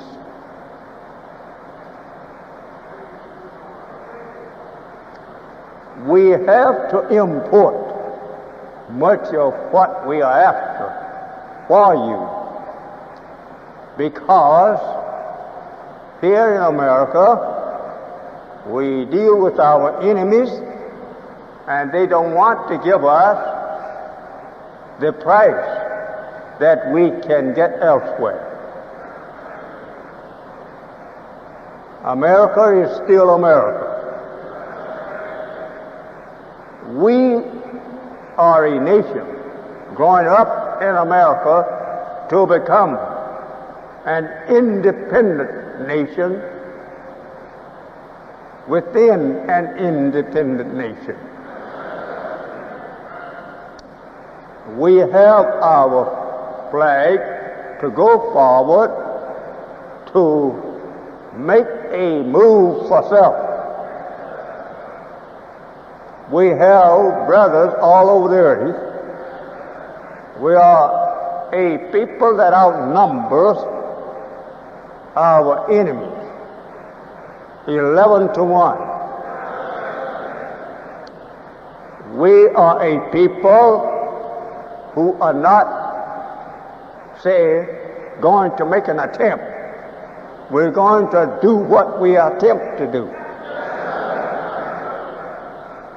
We want people to help us out of our own people, but let us teach you how to help us. We don't want you to be like the fellow that the book said was told by one of the officers to help Jesus bear his cross. And he hardly knew where to take a hold at. So he's taking a hold of the little part. That was too heavy for him. So I don't want you picking no part. I will tell you where to lay hold now. So he's taking a hold of the little part. That was too heavy for him. So I don't want you picking no part. I will tell you where to lay hold of your hand.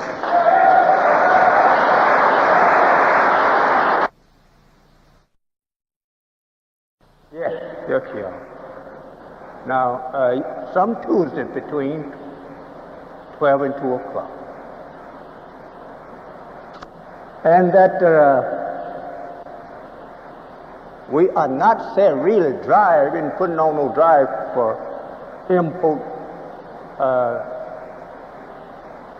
people to help us in that matter. We have got that all just about set. But you can find a place to work in it if we talk it over together. I'm quite sure we have a vacancy for good people.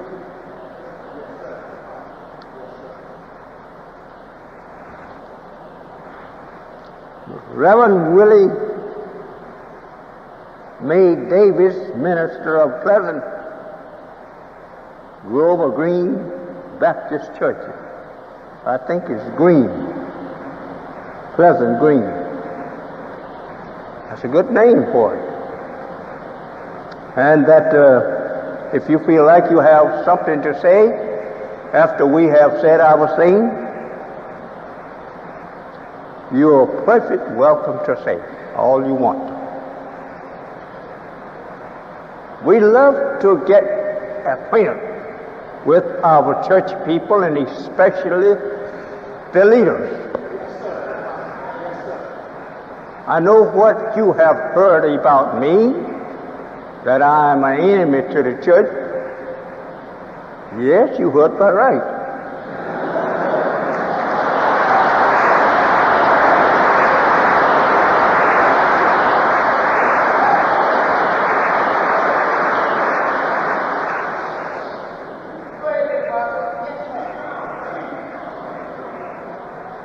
We have also, I don't know whether it's a brother or a sister, Sylvie Johnson, a teacher.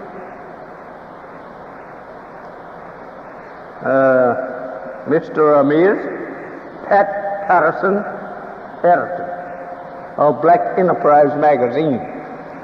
We certainly want to talk with you, brother.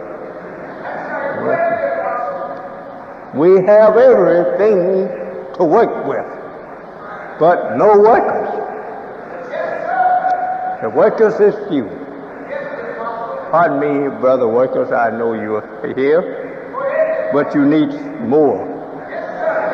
I don't like to criticize no one, because this is not what we are after today, to come meet together to criticize each other, whether we are helping each other or not. We don't want to criticize, because we can get together and squash that old thing you call criticize. In fact about it, that's what Islam have come for, to put a stop to black man making fun of black man. It's here to make us brothers. And if we can't be brothers, we are here to push him out of the circle. God himself is for that purpose. Today is to show you and me that will help others and do for others. And if we can't, he's here to push us in the lake. And not a lake of water, it's a lake of fire. That's what he's ready to do for us. The world has lingered around tormenting the righteous over time. They are over time doing this on us. All because that you would not be on time to wake up and join on to your own time. Yeah. But if we had been swift and eager with our ears open to hear the trumpet of self blowing, we would have been a long ways towards the gate of heaven. What we want to do, Reverend, teachers, doctors, lawyers, we want to get together here in America, first of all countries, and build for us something of our own that the world will recognize. There is no work going on in America that you can compare with our work. No work is having the progress as our work. They don't enjoy the progress. I don't care where you're from, brother and sister. We have you best. We are able to get the confidence of the nations of the earth. They will help us in every way that we call on to do. For us, they will do it. For God will make them to do it. We are with God, and God is with us. If you are so proud, feeling that you can make to do, for us they will do it. For God will make them to do it.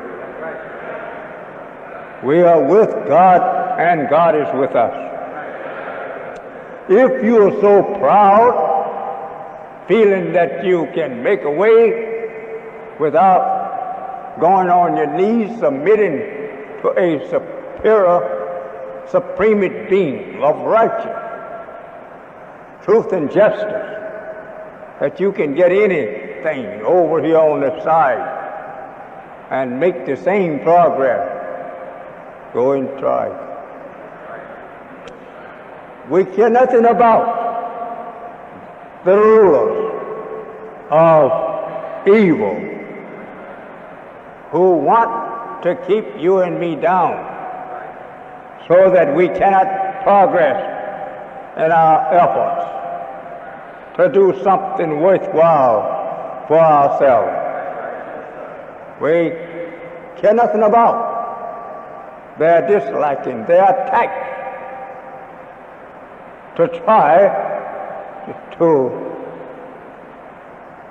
halt, stop, or injure our progress. We care nothing about their efforts. If we have God with us, who is it that can interfere with our progress and win?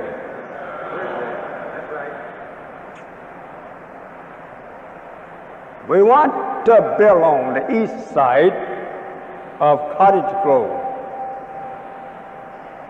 all the way from 78 to 87. We want to make it a new east side for us. We're going to start laying foundation in the 7800 block, Cottage Grove, east side of it, for your very beautiful building there,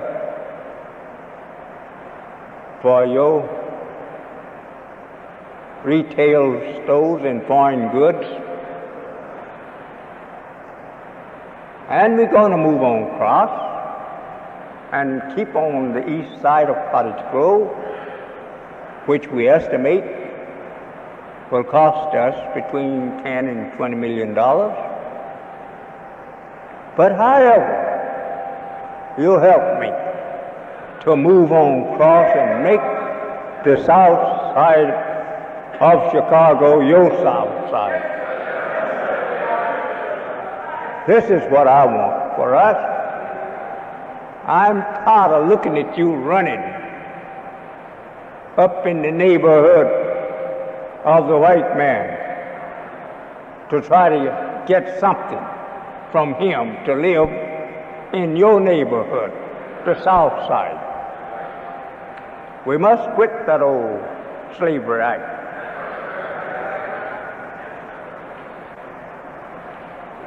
So we have planned to do this, and our plan, Allah will help us to perfect. We are going to reform as never before.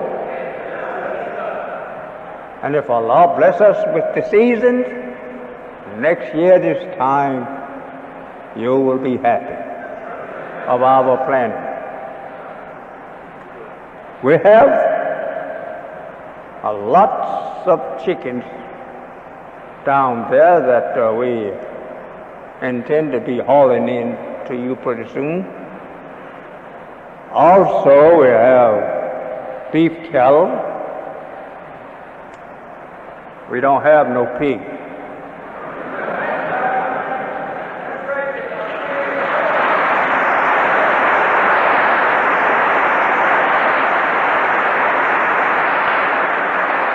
We're not going to let you eat pig anymore. And in the next 3 or 4, 5 years, we hope to have you offering beef. We're just letting you get away with it now because I can't tell you to stop eating that steak so quick and you will do it. I love to tell you something that you will do, and do it in a meeting. When is he going to start preaching? I'm preaching now.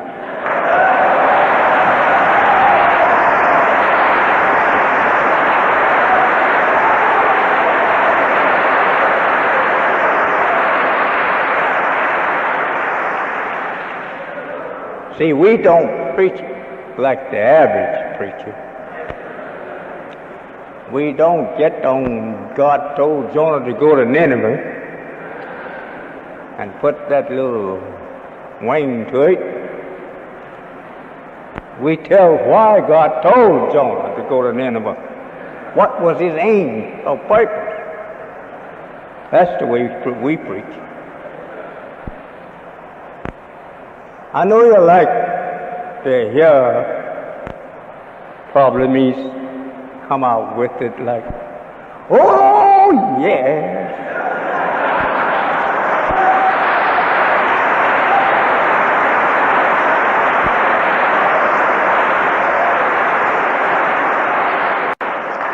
But you see, I can't preach like that.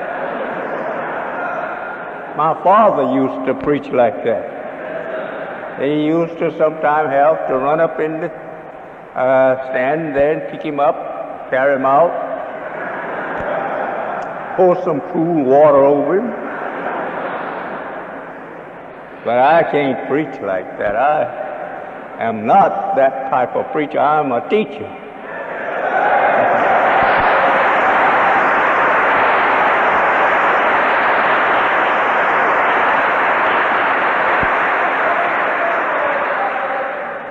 I reckon you say it's near time. You know, I thought I maybe could have gotten away with it. I was sitting there resting so well and nursing around my sister. She didn't feel so good. And I said, maybe I can have an excuse. But I had remembered the doctor came by, you know, last night, and he had tapped me over to see whether I could come out today. He may be in here, I'm scared, you know. So if I had kept staying there, I could have told you he came by, but he could have told you too that he looked pretty well when I was here. I don't think he was so sick that he could not have come out. See, because the doctor may be in this temple, I believe he is here. And I'm scared to hide behind the doctor. You know, he got all of us before his eyes, and that these fellows, they kind of know how the clock ticks in your body. They know whether you can work or not. So I'm glad and thankful to Allah that I can work today.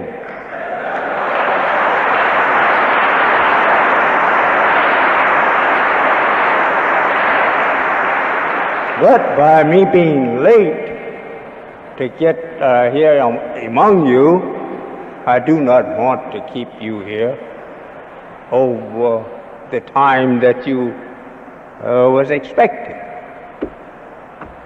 But in these days and times that we are living in, we better not look at the clock as much as we look at our feet to see if they are prepared to run. I don't want you to be like the people of Noah, Lot, and like the slowness of Israel was getting out of Egypt, that they had to go around that night and put up a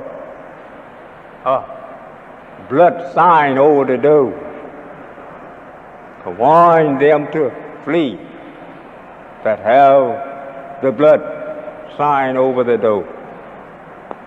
No. We're up 2,000 years or more, or 4,000 from that time. We should have more knowledge, wisdom to do better job.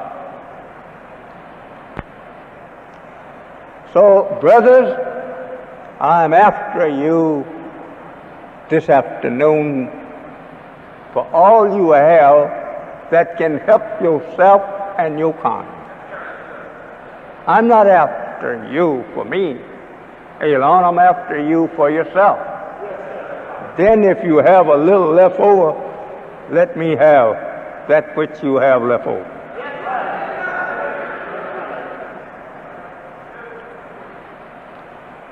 With the world of Christianity quaking under your feet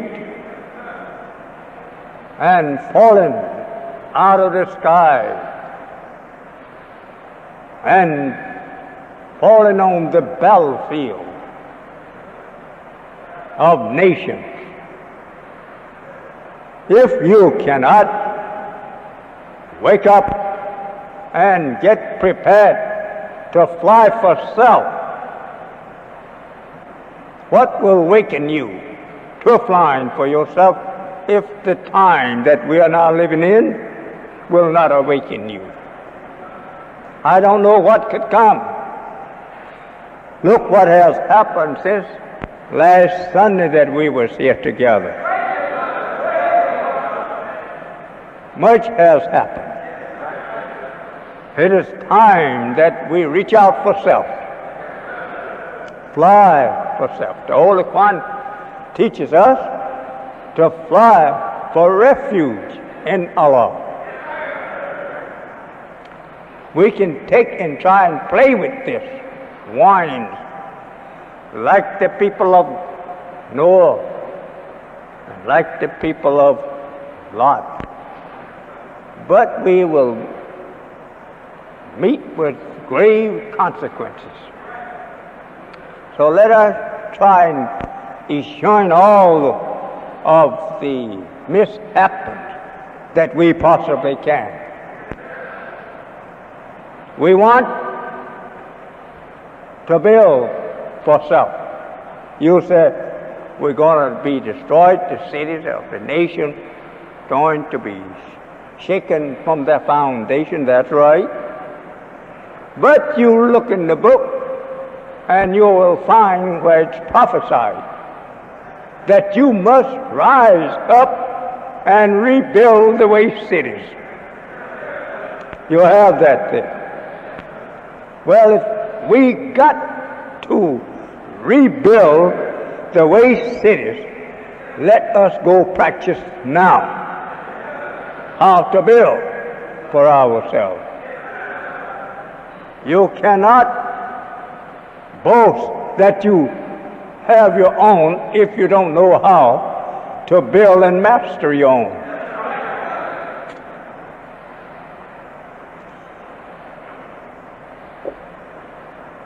With around 2,000 people here now, 2,000 people can do wonderful things. If 2,000 people will get together to do so, we cannot get together haphazard. We cannot get together hating one brother and half loving another. We got to whole love all the brothers, and all the brothers got a whole love.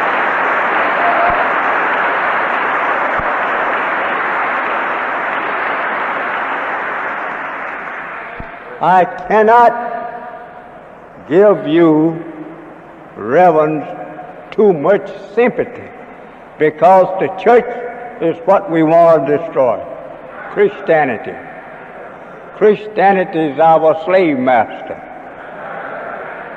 Just remember that. It's our slave master. The tool that the slave masters handed over to us when he considered himself freeing us. He gives you something to enslave your brains.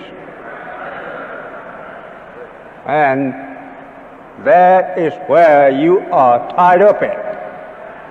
It's in your brains from the slave master. You boast and fight for Christianity more than the founder of Christianity. They have just about given it up. They know they're fighting a losing battle.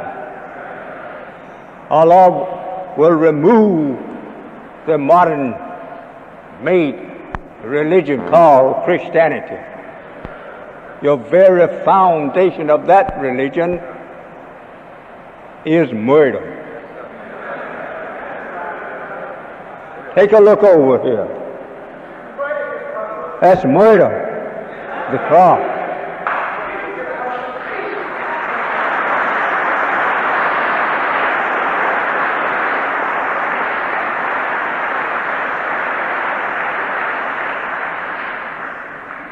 If you will follow a murder for life, what life could he give you if he's a murderer?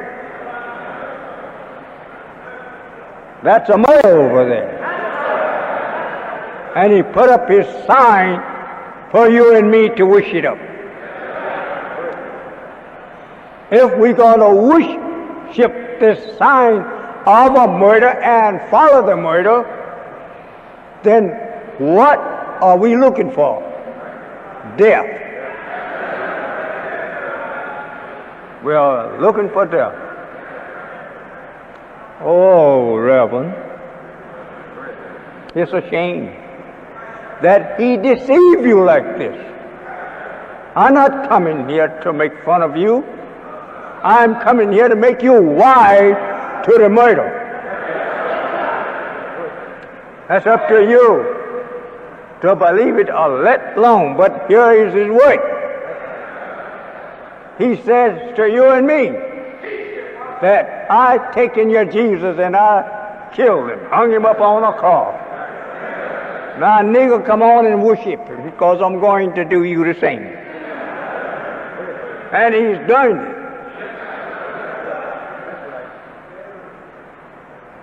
I don't want to argue with you. I just want to tell you outright truth. That you see.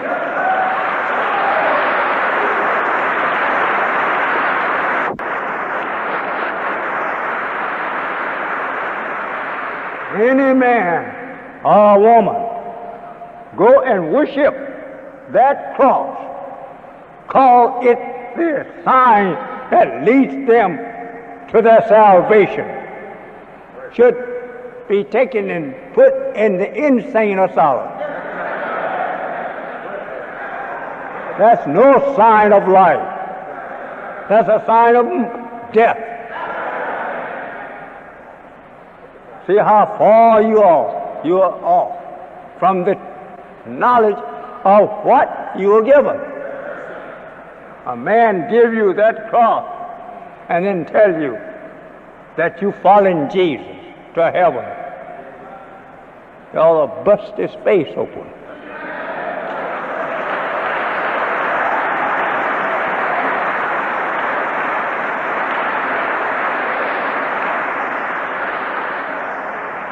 The enemy has molded you into death. My church, my denomination, your church of hell and your denomination is hell. That's right.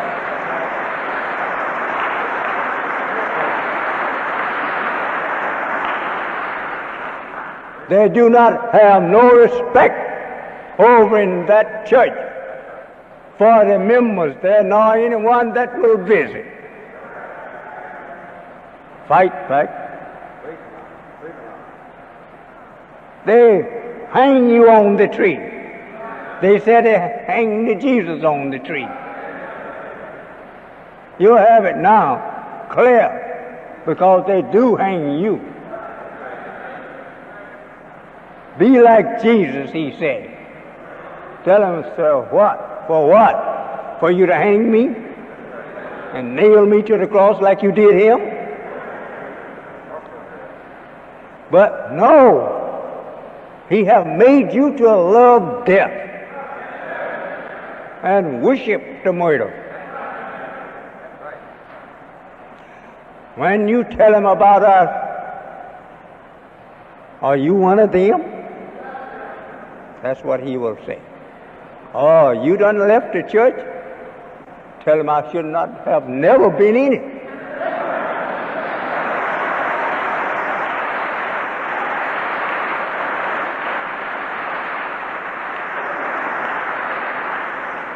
Oh, slave house, with a cross, a sign of imprisonment, suffering, and finally death. The church now is getting hungry. The Muslim is getting fat. That's right. You have the Bible to teach you that, but you didn't know who it was talking about. We shall eat, but ye shall be hungry.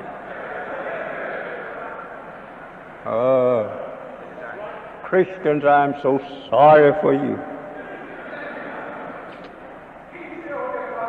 And the worst of all, that Christianity leads you to seek a heaven in the sky, off the earth, where food and clothes is at, where shelter is at. They teach you to look up in the sky for you.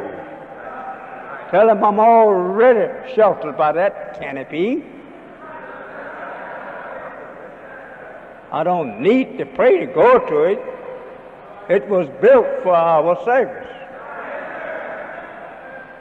Ah, brother.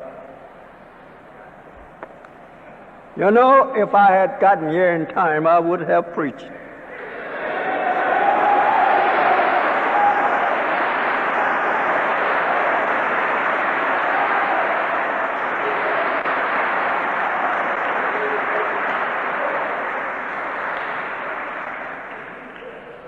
What can you do with his religion to aid you in getting for yourself that which he has gotten of this earth for himself? Good homes, money, friendship. How are you going to get it now when the trumpet of life is sounding and it don't carry a cross? It's against the cross. It's come to destroy the cross. This is exactly what Islam is here for. Give you a sign that is worthwhile. Look at our sign over there. It corresponds with what you live under daily and nightly. Yours corresponds with that which we find over in the grave. So many graves, expensively built, putting that sign on it, a cross. Have you ever studied the cross? If the cross means that we are at crossroads with each other, that's right.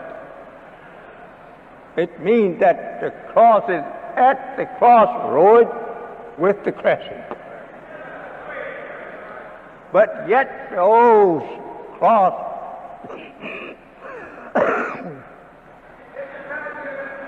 cannot get along without our crescent.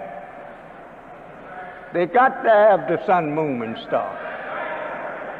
Remove that away from them and all go crazy at once. Remove that cross away from us, we're all as freed at once. It was made to enslave people. That's a sign of spiritually and physical enslavement and death. That's the cross that you has been deceived to follow for salvation.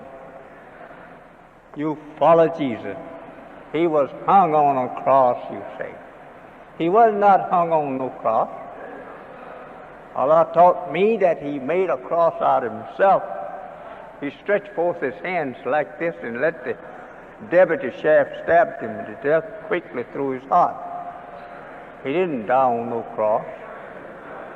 And the deputy shaft that was sent out after him, he wanted to make a quick death of him because he did not see where he was guilty of the crime laid against him. So he told him, if you let me kill you, he said, I will kill you so quick that you'll never feel it. He said, then I will get twice the reward for you, since that you know you're going to die and you came for that purpose. So he said, I will kill you so quick that you never feel it. And he did so. He shot his sharp knife through his heart, and the man was dead innocent. Well, if I have to die, I hope I die the death of the Muslim.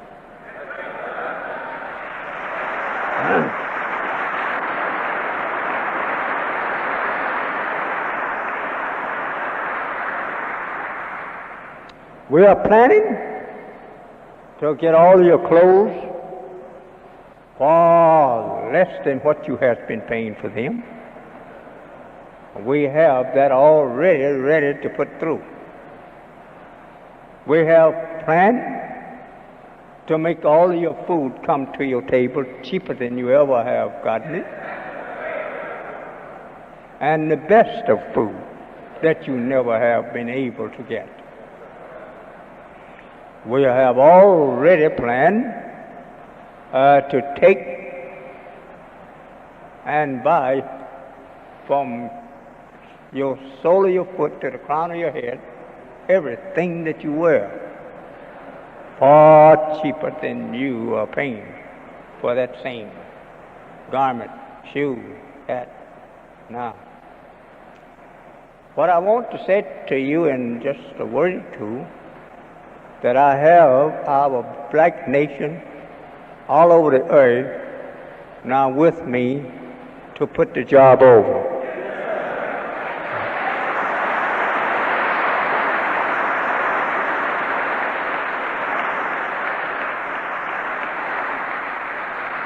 I thank Allah for blessing me with what He promised me for you. You may get off in little groups to try to manufacture some ideal of your own, but Allah is with me to put this over for you. And those that is with me will reap the benefit.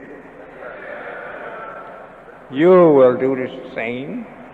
I'm not doubting that I don't have you as a brother, because you don't have another brother but me. I know that.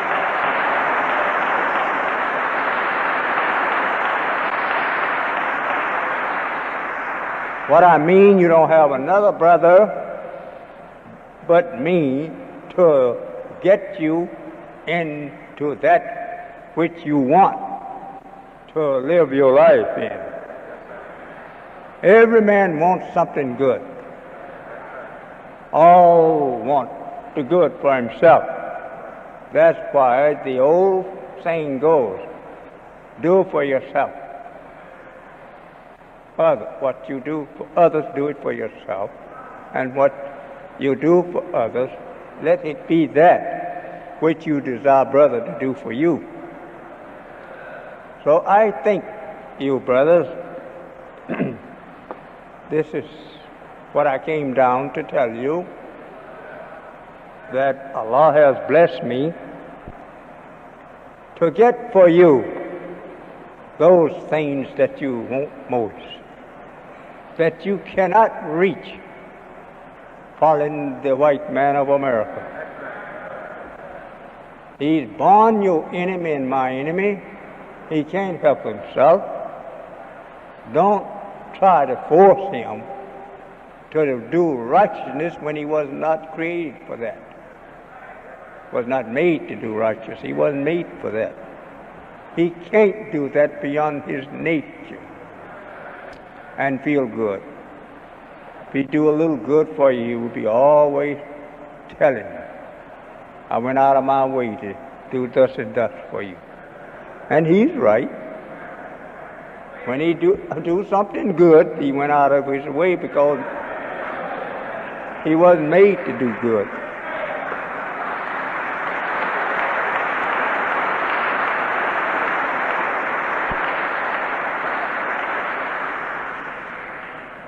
Beautiful sisters, stop sweethearting with blue-eyed Caucasian. Your days is numbered for that. Brothers, stop turning up your brother for $1 from the enemy. Time is out for that. They'll see you laying around somewhere not talking. Time is out for it. And sisters, stop driving by in their cars with them over your brothers. Passing through that neighborhood, flirting with white men, their enemies and your enemies. They're going to right about face on you one of these days.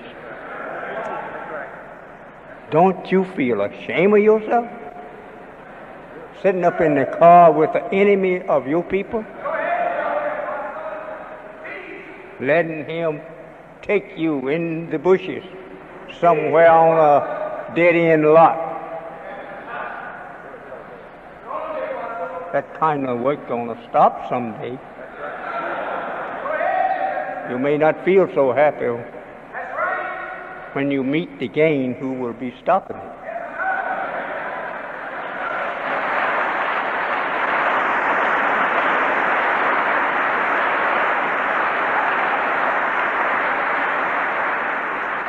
White people used to kill their women, that if they caught them with you and kill you too. You think it's an honor to be sitting around grinning with white folks and arms around you. And they got their arms around our pocketbook, keeping you from enjoying the wealth that your fathers and mothers suffered for. Be careful about this. I'm warning you. We, the Muslims, is not going to stand for it.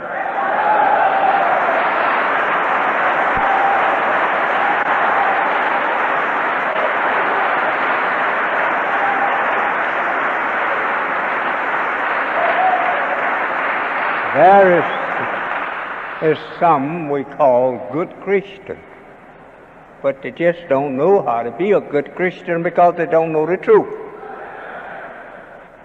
We are the best Christians on earth. Christian means to be crystallized into one. So if you go by the meanings, the Muslim is really a good Christian. We are one. And my beloved brothers and sisters of the church, I am certainly happy to see you bold enough to come in that door and learn what Christianity is and learn what Islam is. You was made a Christian, but you were born a Muslim. We were created Muslim. From the very beginning, our Father who created the heavens and the earth was a Muslim. And we that is from him is Muslims by nature. Therefore, you don't join Islam to become a Muslim. You just come on back to Islam and what you were created to be. The Holy Quran said, we are that which by nature we were created. The church can't tell you that. you are a Christian by nature, they can't do it.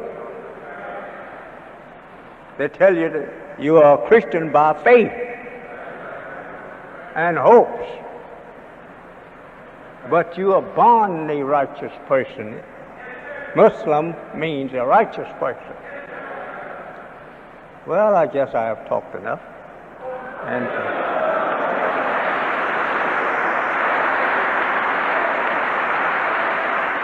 thank you. Thank you. We want you to remember to meet with us every time that we call on you to do so.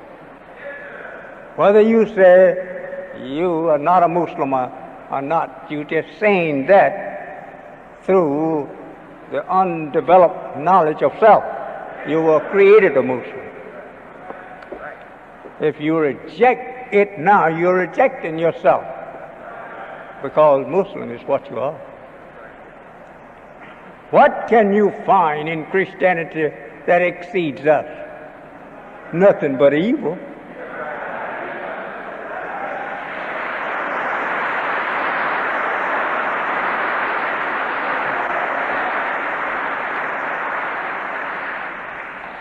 You can't boast that you are an evil person from yourself.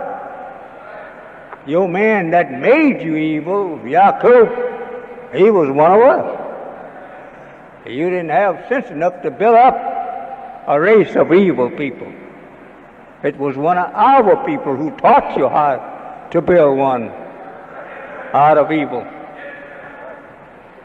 And he did so. But he limits your time. After you have lived here for 6,000 years, your brother coming from the east, and he's going to eat you up. So I'm smacking on a few of them now.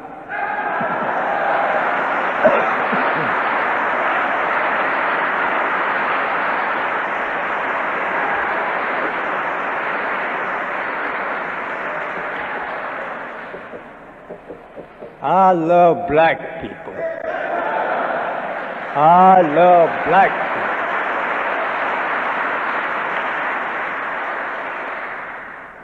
I work for black people. That's right. And we will intercept other than black people who that don't like us. We will intercept you. If you don't want to come and out, talk us, and that which you know is good, to try to win with of your evil, come on over. We will always have a place for you to argue if you want to argue. But I advise you to know what you're going to argue about. And if it's not nothing, we don't want to begin. I just came down to let you know that I am your brother and will fulfill my appointments with you, whether you like what I say or not. I know you will love what I say pretty soon. Yes. And so, my beloved brothers and sisters, I have enjoyed this little over hour with you,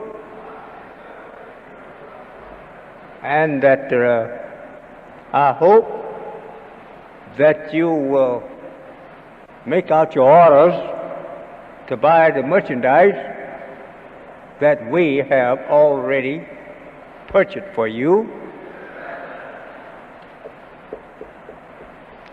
and that if you can find better, we will go where you find it better. We're not carrying a market bag with us. We're carrying a ship with us. Not a little market bag.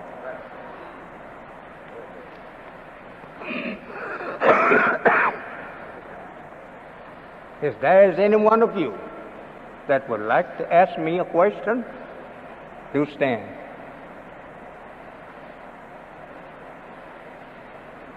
No one wants to ask me a question, so I don't want to ask you one. I just tell you, come on, let's go home. I have a home that God have given to me for you. So let's go move in them.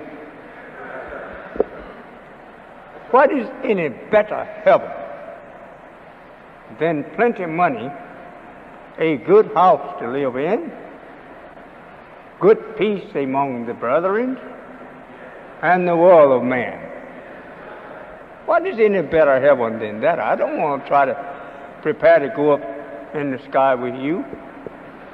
I don't know what kind of vehicle you have to fly me up in the sky, and I may drop back. And I certainly don't have no wings growing on me. So let us try to stay on this good earth and get the good things out of this good earth that we need for our own good time on it while we live. I thank you. No questions. Then I say I have enjoyed a very beautiful, happy hour here with you. And I hope you will continue to come over and see me. I don't say I hate you and call you a Christian. No, I don't hate you because I know you are not a Christian. I hate you if you deny yourself. You're one of the righteous. You're a Muslim. That's from creation of you. That's what you made yourself since your creation. I don't recognize it. You've gotten that from the devil, the blue-eyed Caucasian. That's the real devil. If I almost was about to dismiss myself from you and had not told you who the real devil is. Real devil is the blue-eyed Caucasian people. And the Holy Quran, you will find it written in there on the day, referring to the judgment, on the day when we will gather the guilty blue-eyed on that day. The Holy Quran is an exact and a righteous, truthful book. The blue-eyed is being gathered together now. This is the time they are being gathered. I thank you for your attention given to me for these few minutes. And I'm going to get out of here and let the laborers go to work. And I hope they do good labor. We need your help if you want to help us. We don't want it if you don't want to give it to us. We do own the heavens and the earth, and we are taking it over.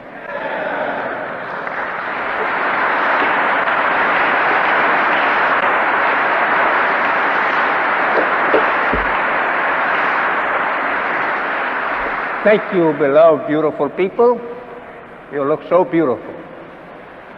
And the devil himself knows that you're the beautifulest people on earth, and that he don't want to tell you.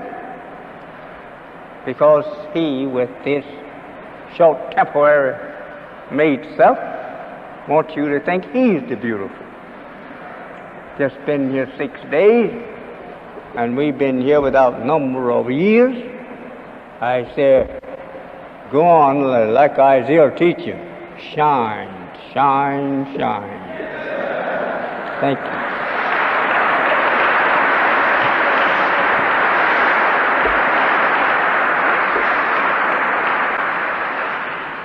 Thank you for your pleasant receiving me, and I thank you for the things that I have said that I believe you believe. Now I turn you over into the hands of our assistant minister, Minister Shah. That's a big name. You know, there's a whole entire society of that people. They are one set that help in this book, the Quran, the Shah. They call him Shaita. Thank you, and I don't want to leave you, but I was late. And so since I was late, I won't delay you. Because I'm getting hungry just thinking about it's noontime. May the peace and the blessings of Allah be with you wherever you go. Assalamu alaikum.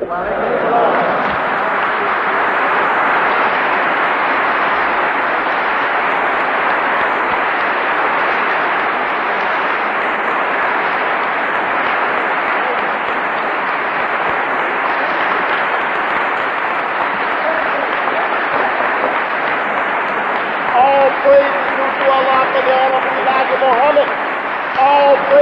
to Allah for the honor of Elijah Muhammad.